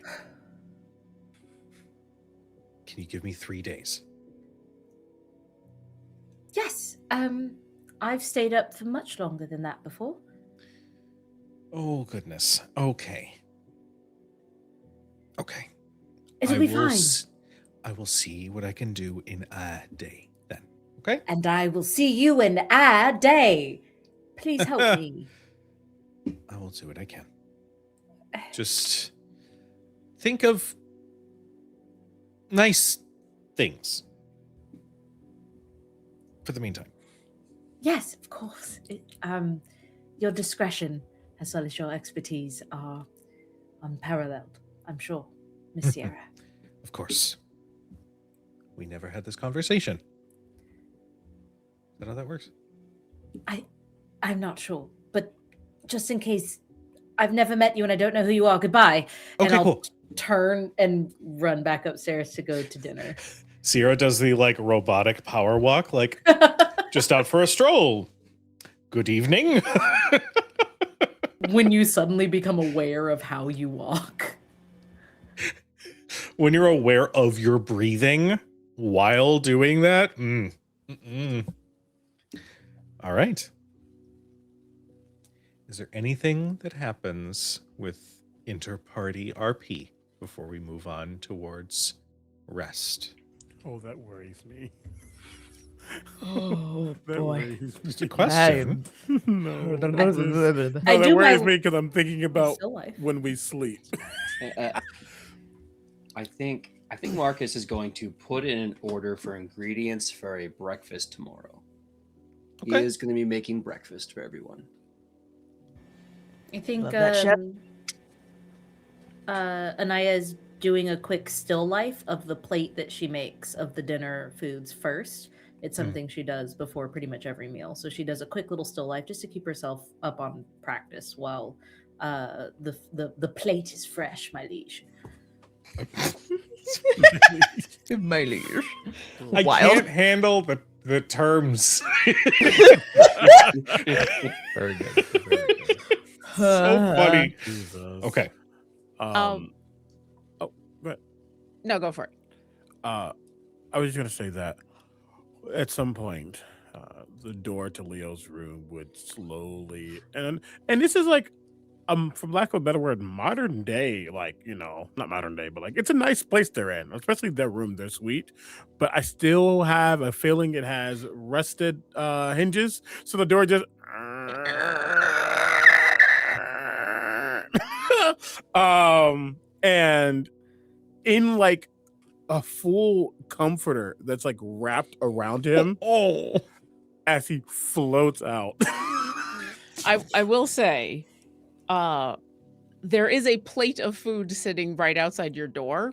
Mhm. The same way that back in the Grove, the last time you were absconded in your room, there was a plate of food sitting outside of your door.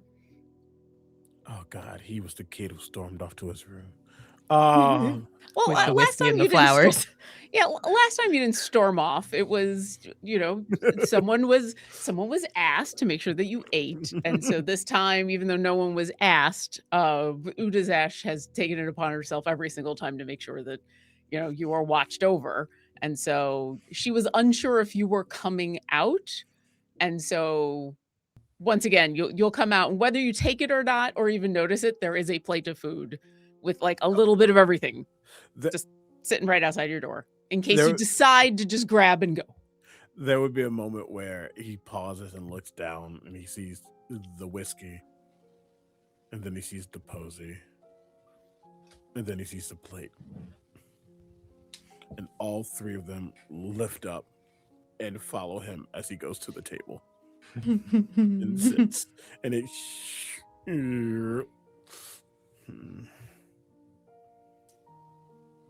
You all look like shit. Look who's Merci, talking. oui. Thank you, mon ami. I feel like shit too. A paint streak goes off the side. You get one of those like offended, like big sibling looks from Winnie, like you little fuck. Marcus is just like cheers, going like, "Hey, look. Sometimes you look like shit. Sometimes the shit looks like you. I don't know what to say." Lived in a sewer for the last 6 months. Oh I haven't had time to tidy up. I had plans for right after dinner. I swear I was going to freshen up. Prestidigitation. Fresh as a daisy. I'm going to learn that one. In fact, do that wrist movement again. Just one real quick. Oh no, it's a bit of a. Wonderful. Says the warlock who gets her spells from someone else. And I just start making that hand movement, trying to like make prestidigitation happen. There is also a tub, and then we could also go do the sand bath, and I have plenty of loofahs if you want to do it like the old-fashioned way. Forgot about the loofahs. Totally forgot about I never forget about the loofahs. Never.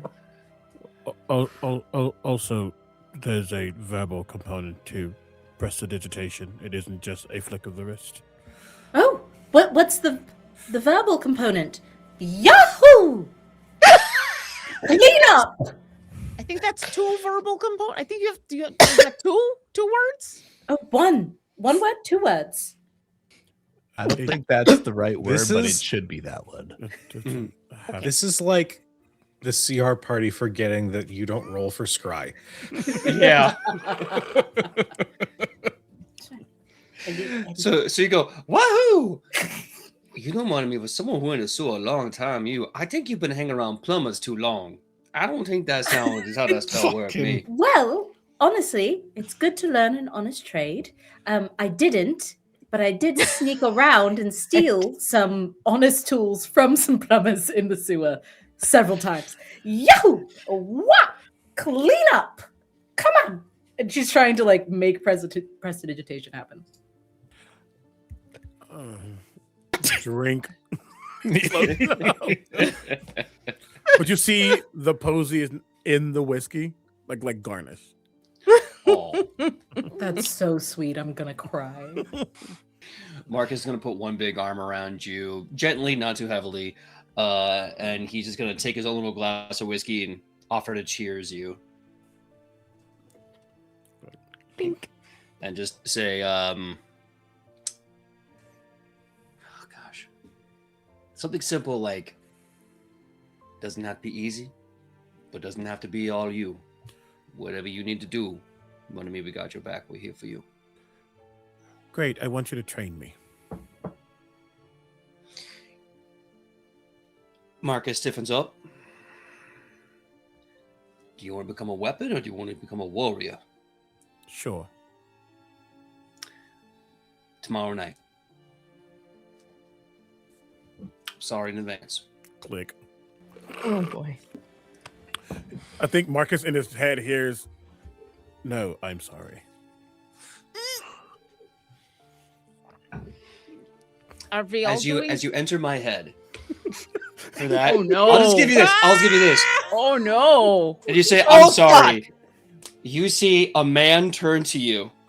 You see a child covered in armor and death. And you see a looming shadow of Asmodeus as all three look to you and just simply nod and say, "Don't fade away, soldier."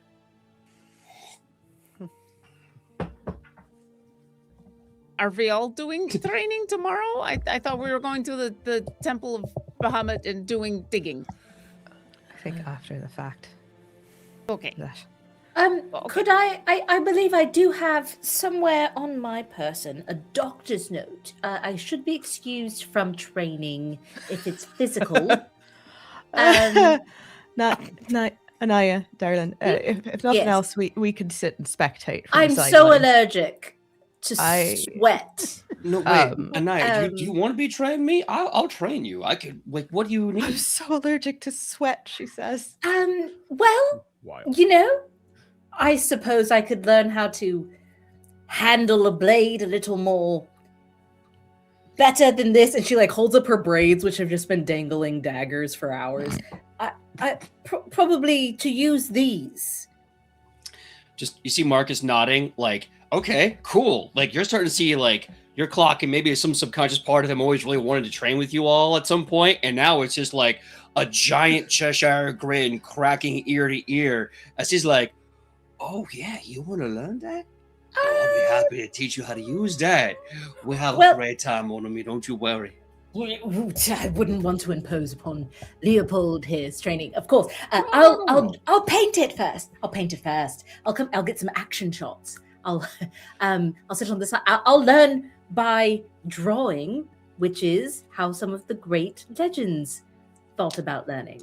Oh, I haven't gotten to be a drill sergeant me since the Bright Shields. This Oh all my be God. a fun He time. said drill sergeant. Yes, And she yes. looks straight at Utazash and Basu.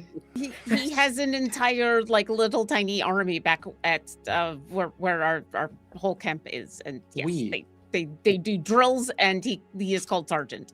Oh, We have an army, Mortabi. We got an army. What you do technically we've got the Sergeant Marcus. Sergeant Hellhammer, Mortabi. Aye. Because she has no idea what she's talking about. And she He's straight up gonna throws stop a ship sailor.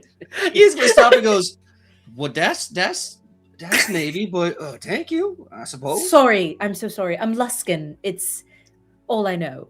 No.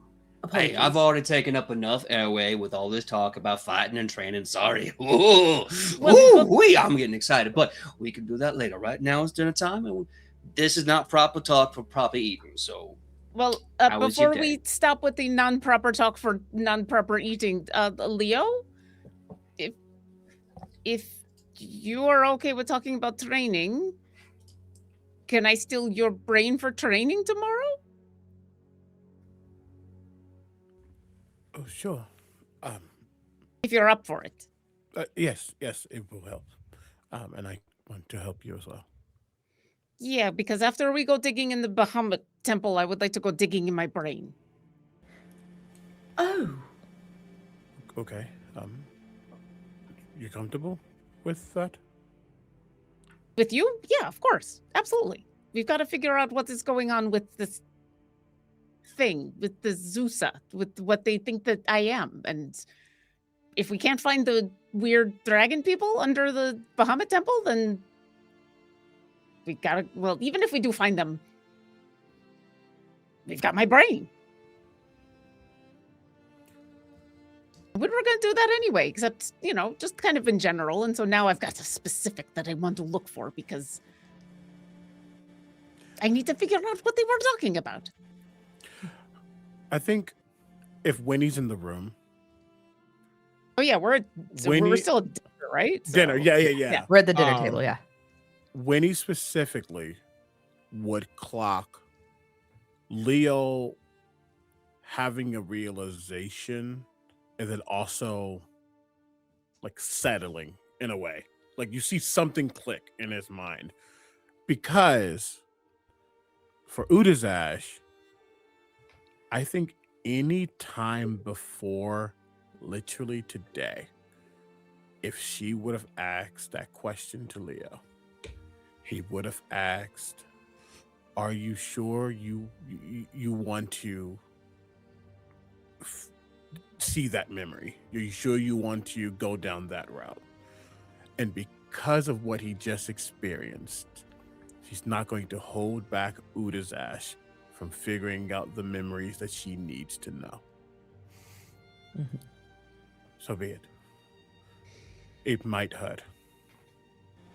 That's okay. I need to know the truth, and I don't trust what that thing was saying. And I need to know.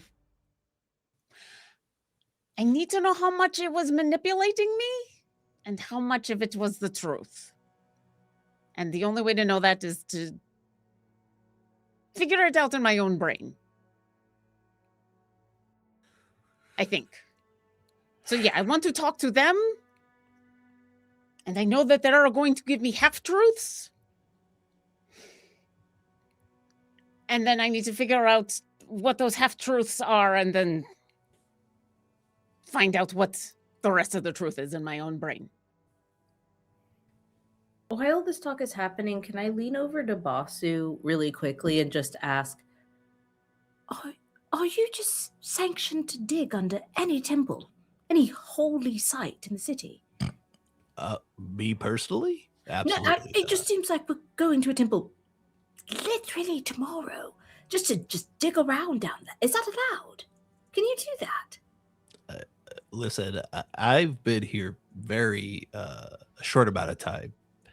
And the last time I went to a place with all of these folks, we literally blew it up. So, nothing's really off the table at this point. You think we're going to blow up the Temple of Bahamut? I don't think so, but Not zero chance. Oh dear. Well, and she's going to go right back to painting in stress as she continues to listen.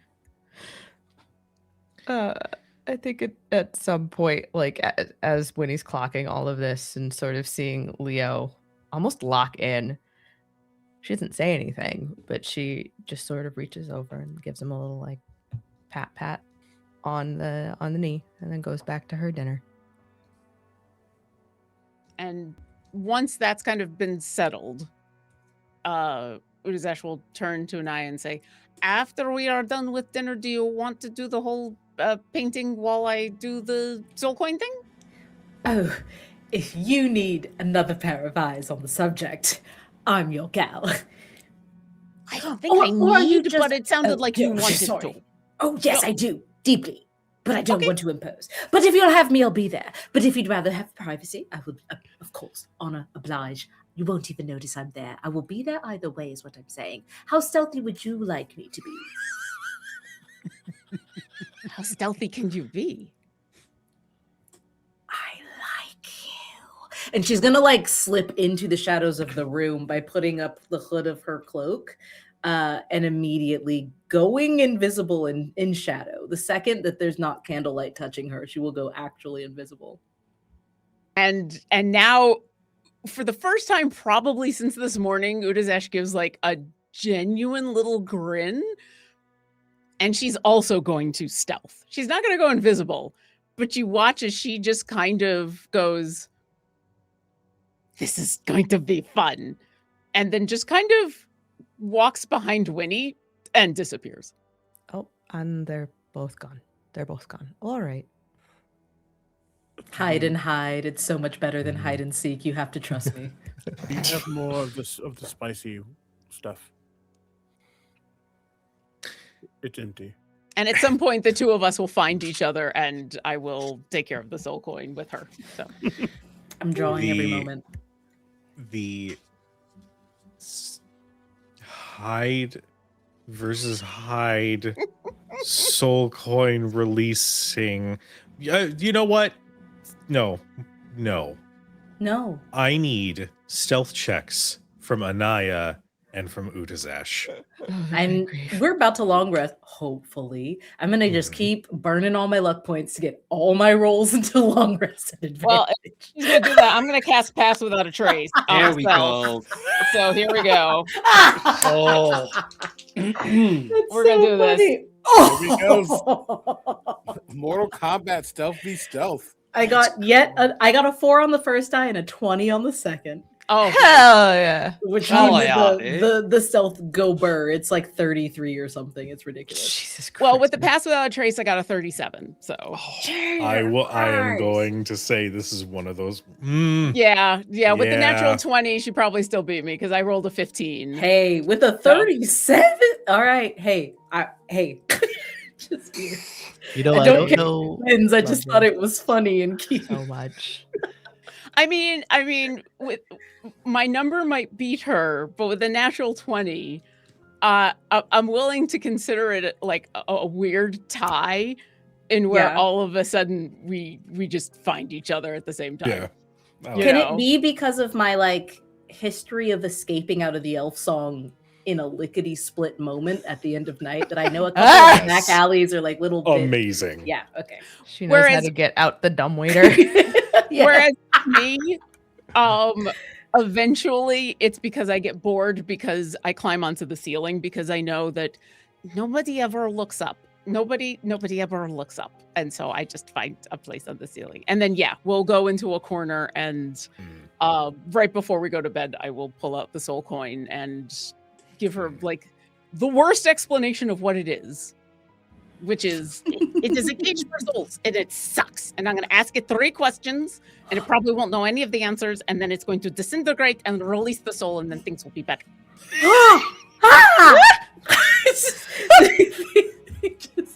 I think she thought it meant like you give one of these to somebody, you owe them your soul until you can repay the favor. And you telling her that there's an actual mortal soul inside of it and you're about to talk to it. I don't think she's ready for that. Her hand is hovering with a charcoal pencil, like she wants to sketch it, but she's true and welly shocked. Sorry, how'd the soul get in the penny? That I don't know. All I know is that it sucks. Fascinating. Before it disintegrates, could I get just a really quick like etching? I'm just gonna kind of lay the paper over and just try. It's quicker. Hold on a second. Thank you so much. And she's gonna, she's gonna place it and start like doing the 3rd grade craft style like indention coloring. And once it's over, she goes, "Lovely. I will try to inscribe these later in better detail. But for now, I'm not even here."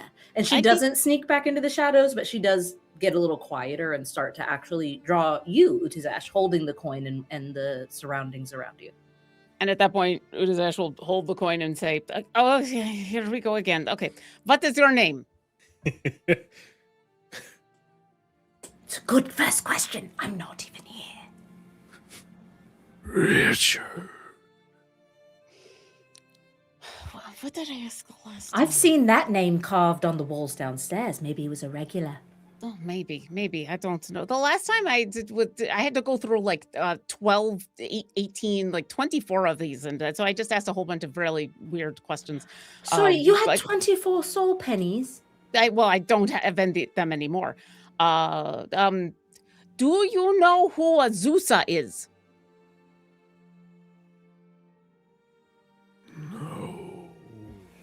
Okay, that's bad. But okay. Shingles! That would have been great. That would have been just exactly what you needed. Sorry, I'm not Yeah, even but- here. It's okay. You can be here. I don't expect you to be quiet in all of this. So what is your favorite color? And her like bated breath, waiting for the answer of this soul coin.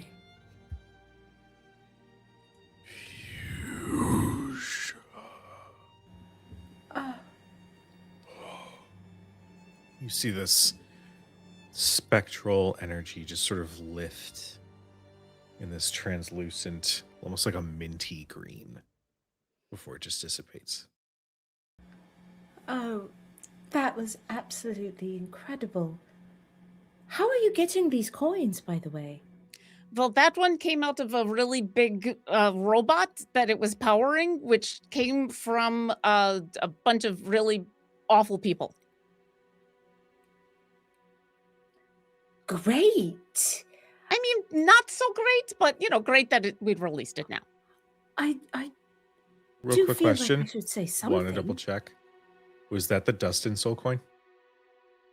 No, that was the one that came out. Got it. No, I think no. Marcus still Still has it, Marcus, right? Yeah, Marcus has Okay. the. Yeah. Cool. I want to make sure I didn't just be like, hey, this character that's a really important character. Nah, fuck it. No. Nope. No, that was You should Richard. Ray. So, you steward these souls into wherever it is they move on to. You've done this for over 24 souls, Utizash. I don't know if I steward them. I mean, they go wherever they go. I just let them out of the cage because cages suck. Where do they go Yes, from there? It's up to do. them and what the universe does at that point. That's not my job. I think that's Winnie's job. You can ask Winnie about that. But you open the cage door. Yeah. You know they have historical names for people like you. Chain breakers, freedom bringers, soul saviors. May I? I don't know what a Zeusa is, though it sounds very fun and I hope it's an instrument. But what I would love to do is... May I have your hand? Just for a moment. I mean, could you hold your hand out? She holds out a hand. With the paint in her pocket, she will draw a line stroke down the palm of fuchsia, and then right next to it, the mint green that the soul coin turned into. And she'll use her own finger to kind of swirl them and intertwine the colors. And then she'll close your fingers in over your palm and say, whatever they call you, Utizash, it seems that what you are is kind. And that is a miracle. An absolute miracle. Thank you for sharing this with me. And I will give my last bardic inspiration to Utizash in this moment. Well, that's a lot more words than I would call myself, but I appreciate it. I just don't like seeing beings in cages. So, thank you. Thank you for being here for that. If I come across any more, I will invite you to watch as I Do they make all a turn coin into go different away. colors? Do you ask every time what their favorite color is? I would love to know. I'm just a little curious because I I'd love to actually draw did- some more. I did last time because I couldn't think of another question to ask, and I always got to ask them 3 questions. What and was so the last that one's favorite color? don't know if I remember. There were a whole bunch. None of them picked blue, which I thought was very rude because Not a single shade of blue. because I thought at least one of them would lie and like look at me, but no, No, no their one picked- souls must truly be suffering in those pennies for them not to choose blue, not a single one of them. Well, I don't know. Maybe they just can't see out of them, and so they didn't know. But no, The lack of eyes explains it, Utizash. Brilliant. I You mean are it is a coin. It does not have any eyes. So Yet, we must never Say things will never happen. That's a sure way to look foolish in the future. that's Shall we? true. That's true. But I would like them not to even have eyes and just not be around anymore anyway. As would I. Whoever's trapping these poor souls in these terrible robot currency should probably be stabbed to death, I think. I agree, and I have a big bow that I would like to use to shoot arrows into them, but that's going to have to happen tomorrow. Oh, we're digging at the tunnel to kill a bunch of people. Oh, yes. Well, talk to them first and then kill them. Oh, this is before my training with the sergeant. Oh, this is terrible news. All right. I will do my best to be as deadly as possible or as observant as possible while I paint it. Sorry, that was a joke. I'm going to help. I promise. I'm going to help. I'm going to be very helpful. Absolutely. You've already been very helpful. So Oh, thank you. well, that's my favorite falsehood I've heard today. Thank you, Itazash. Shall we head back downstairs? Okay. And she's going to turn to leave, but is going to look back up at kind of like the air where she saw that last bit of mint green go up. I don't know. She's never seen anything like that before. It has moved her for sure. So I think she takes another moment to be in that present with Udazash and then heads downstairs to try and sleep on the floor so that her paint Okay. doesn't leak all over everywhere and get everybody in a tizzy. Bosco. Well, as everybody finds their rest for the evening, Udazash, Oh, hi. you feel yourself slip into unconsciousness and remember warmth, a localized warmth. You were at your fireplace. You were young. You can't quite recall why, but these last couple of days were tense. So there's this air of uncertainty in your small home.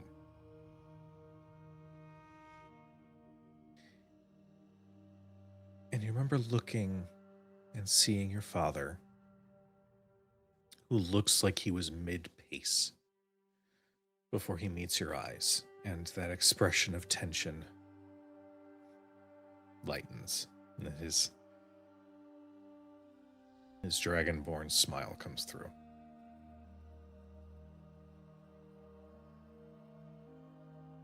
That fades when the door bursts open. And in comes somebody else. Your mother.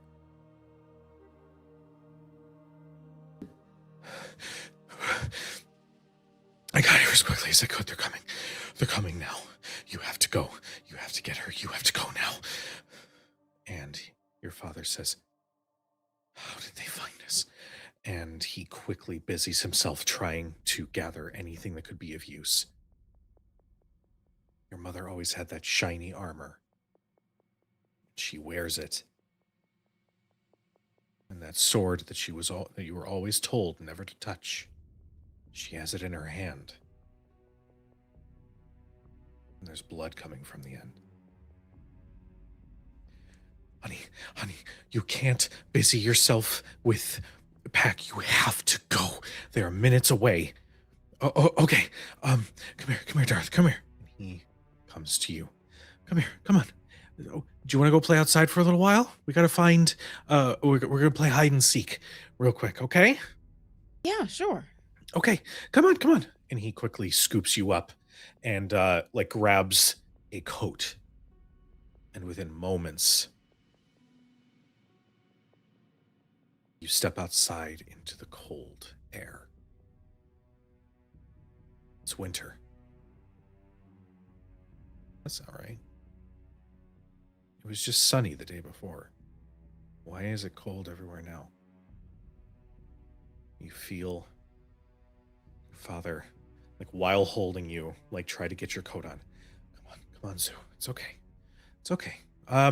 We're gonna do a little bit of running. We're gonna find a nice spot. And as he turns as though he's gonna continue this lie, your mother stands. As far as you can. I'll do what I can from here, but you have to go.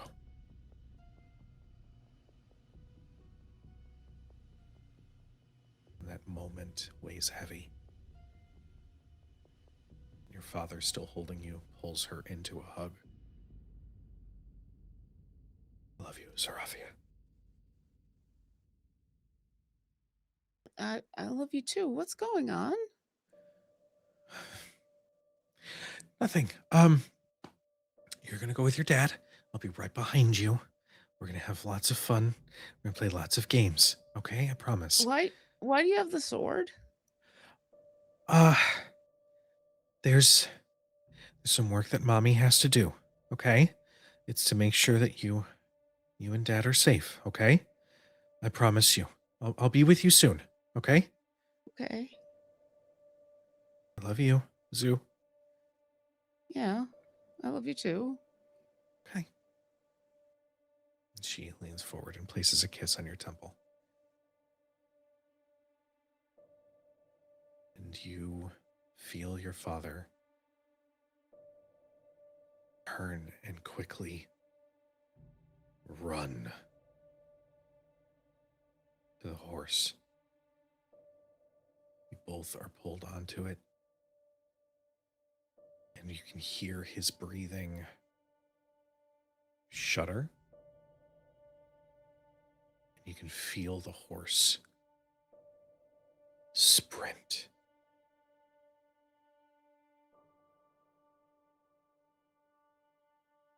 It's only because you're having this memory return to you in your adult life that you can hear something now that you couldn't then. And that is the distant sound of a dragon's wings, followed by the chilling sound of icy cold breath.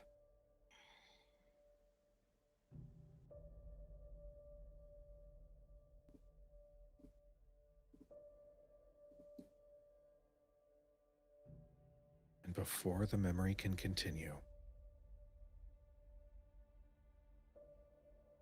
you're woken up because your passive perception is quite good.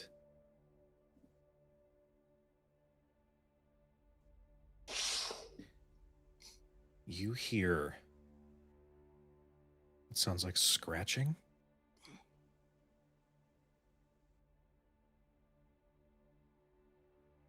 And you see a couple things immediately. One, there is a painting that was just recently done while at the Guthmere estate. It lies open on one of the side tables. And past that, you can see Anaya, who is seated, cross-legged on the ground, eyes sort of in a half daze, like she's sleepwalking.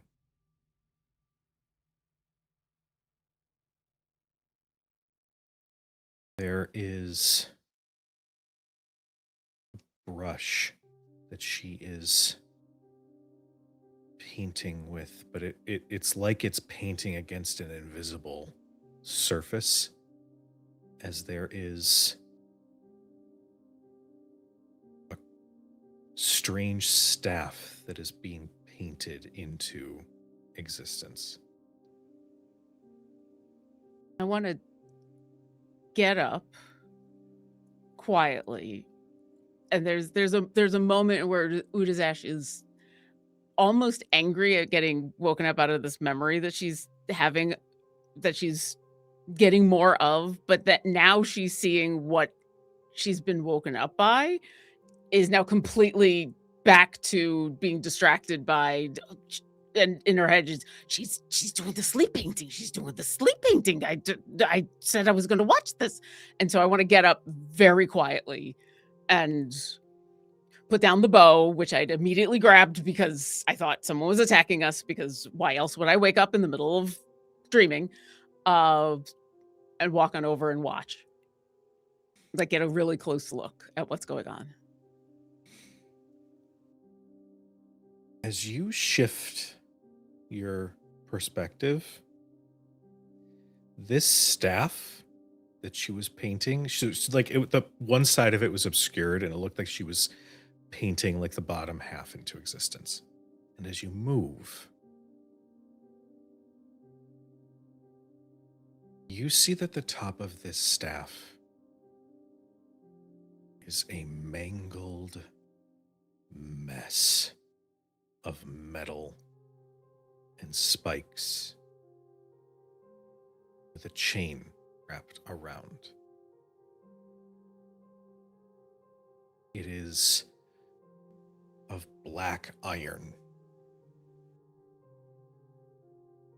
And just as you make that observation, you see another page that's still life that she had done earlier in the night.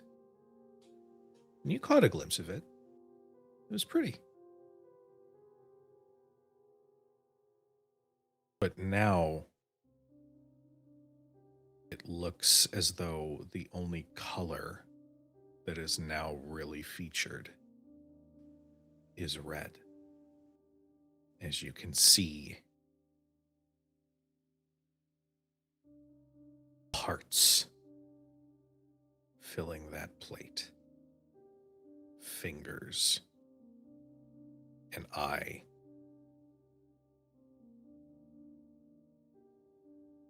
And out of curiosity, your eye comes to that painting that was drawn of you all earlier in the day. And similarly, you see blood coming from everybody's eyes, ears, nose, mouth.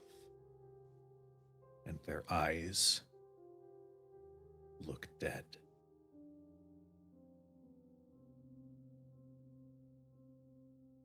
And that is where we're going to end tonight's episode. Ah!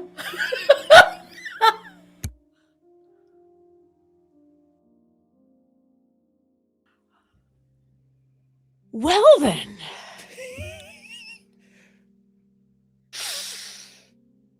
So, Mm-hmm. this is going to be our last episode for a couple weeks because we have a holiday break. No, We'll be F that. We're back. playing next week. I was about to say, I got a couple weeks to have a bunch of questions. Run me that. Ooh, bunch of Run me that. questions. Run me that shit. Hold up. Bunch Mhm. of questions. Run that shit through, man. So, Uh-huh. before we wrap up for the evening, we have a wonderful cast that we want to once again reintroduce. Let them know who you're playing. Let them know where we can find you and how we can support you. Take it away. Ah, I love playing Udazash because as a fey creature, she has big emotional swings, and this I love having the big emotional swings. Of one moment, mourning my parents, and the next moment, watching that. I love this show so much. Who am I? I'm Lauren Urban. She, her. You can find all the stuff I'm doing at lauren-urban.com. Really, for the next week or so, the only thing I'm doing, hey, do you like Baldur's Gate 3? Are you a fan of this game? Would you like to see the very, very, very end of it? I've been playing for the last year Baldur's Gate 3 as a different Dragonborn, as a completely different Dragonborn. And literally, I'm at the very, very end. We've just, spoiler alert, defeated the Elder Brain and gotten to the point in where the credits have rolled and we're at the after party with Withers. So if you'd like to see the after party with Withers and then maybe some ridiculousness with some mods and the end of an entire year of a campaign, come see me on Sunday on the Dungeon Scrawlers Twitch channel at 11 a.m. Pacific and hang out. And if you do have any suggestions for ridiculous mods to throw my way, go ahead and send them my way. Otherwise, yeah, I'm gonna think about painting. Wow. Hi. Oh, wow. Ooh, Jesus wept. I'm Omega Jones, also known as Cryptbard across all social media channels. My pronouns are he and they. I have been Leo. Oh, very excited for training segment, Leo. That's all I will say. Yeah, you can find me many places. Actually, that's a lie because almost every single thing I have, it's on hiatus until the new year. If you're in St. Louis, I'm performing for New Year's Eve, so come get serenaded. But aside of that, happy holidays. That's me. Hey. Hi. Hey, boo. Howdy. I'm Meadow. I have been Meadow. And I guess hopefully will continue to be Meadow in the future, even when I'm sleeping. Good Lord.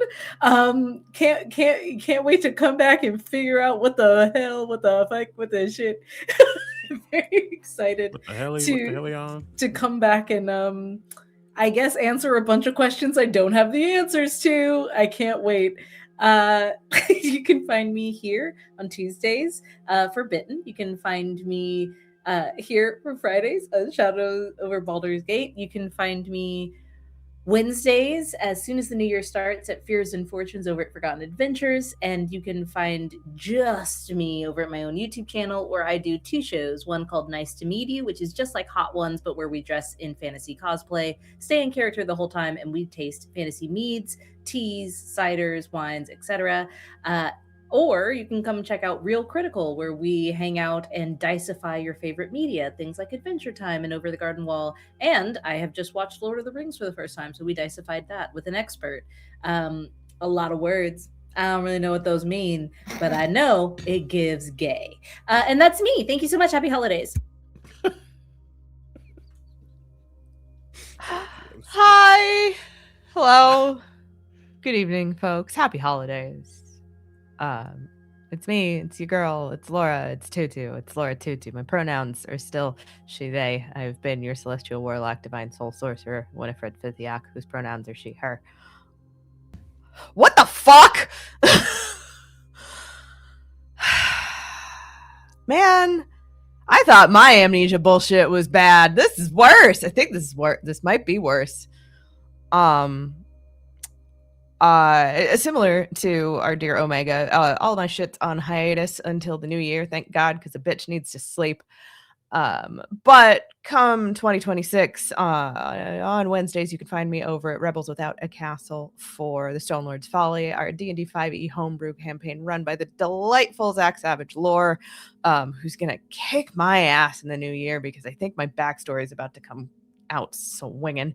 On Fridays, congratulations, you found me. I'm here doing shit and stuff and things and dealing with potentially murderous bard rogues.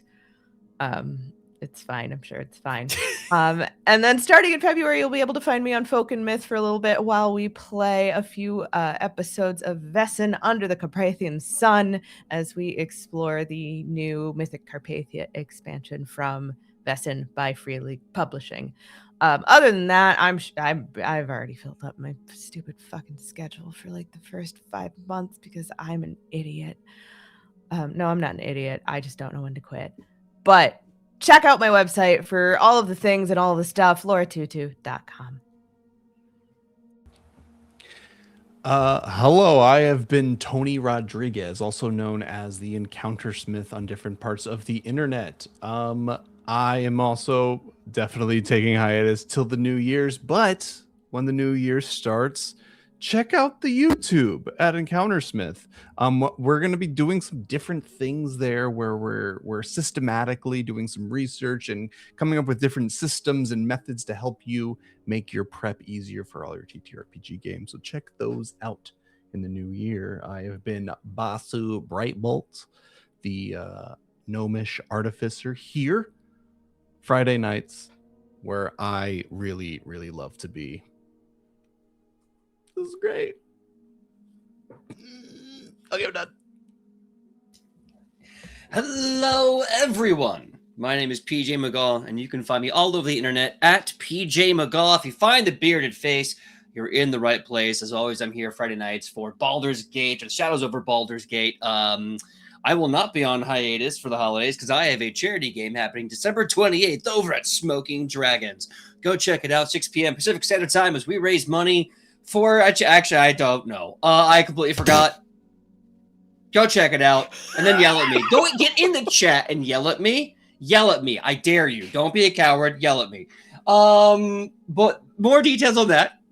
Go check my socials. You can also find me if you are in LA and happen to be a big old anime nerd. You can find me at Anime Los Angeles ALA, as I'm going to be doing a midnight panel. If you like 18 plus humor, go check it out. Go have a good time. It's going to be great. February, you can also find me in the League of Swords over at Geeky Tees. More information on that as time continues. But I think it's enough for me. Over to you, Cujo.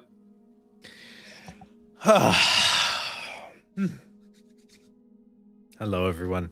I am Cujo. I have been your chronicler for this evening. You can follow me all over the place as either Cujo Plays Games, or you can follow Crit Hit Chronicles on all major social media platforms, except that one, for official show announcements, updates, that sort of thing.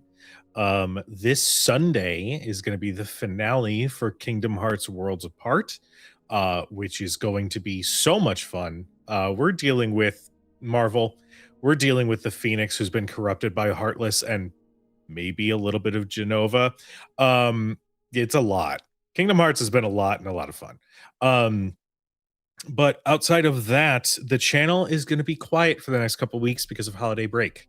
That being said, after the new year is going to be Chronicle Review 2025, where we go through all of the shows that have happened this year. We get to gush about them, talk about our favorite moments, talk about the stuff we're looking forward to for the game or for the shows that are still going, and maybe hint at some of the stuff that's going to be happening next year. It's going to be fun. So, announcement to come soon.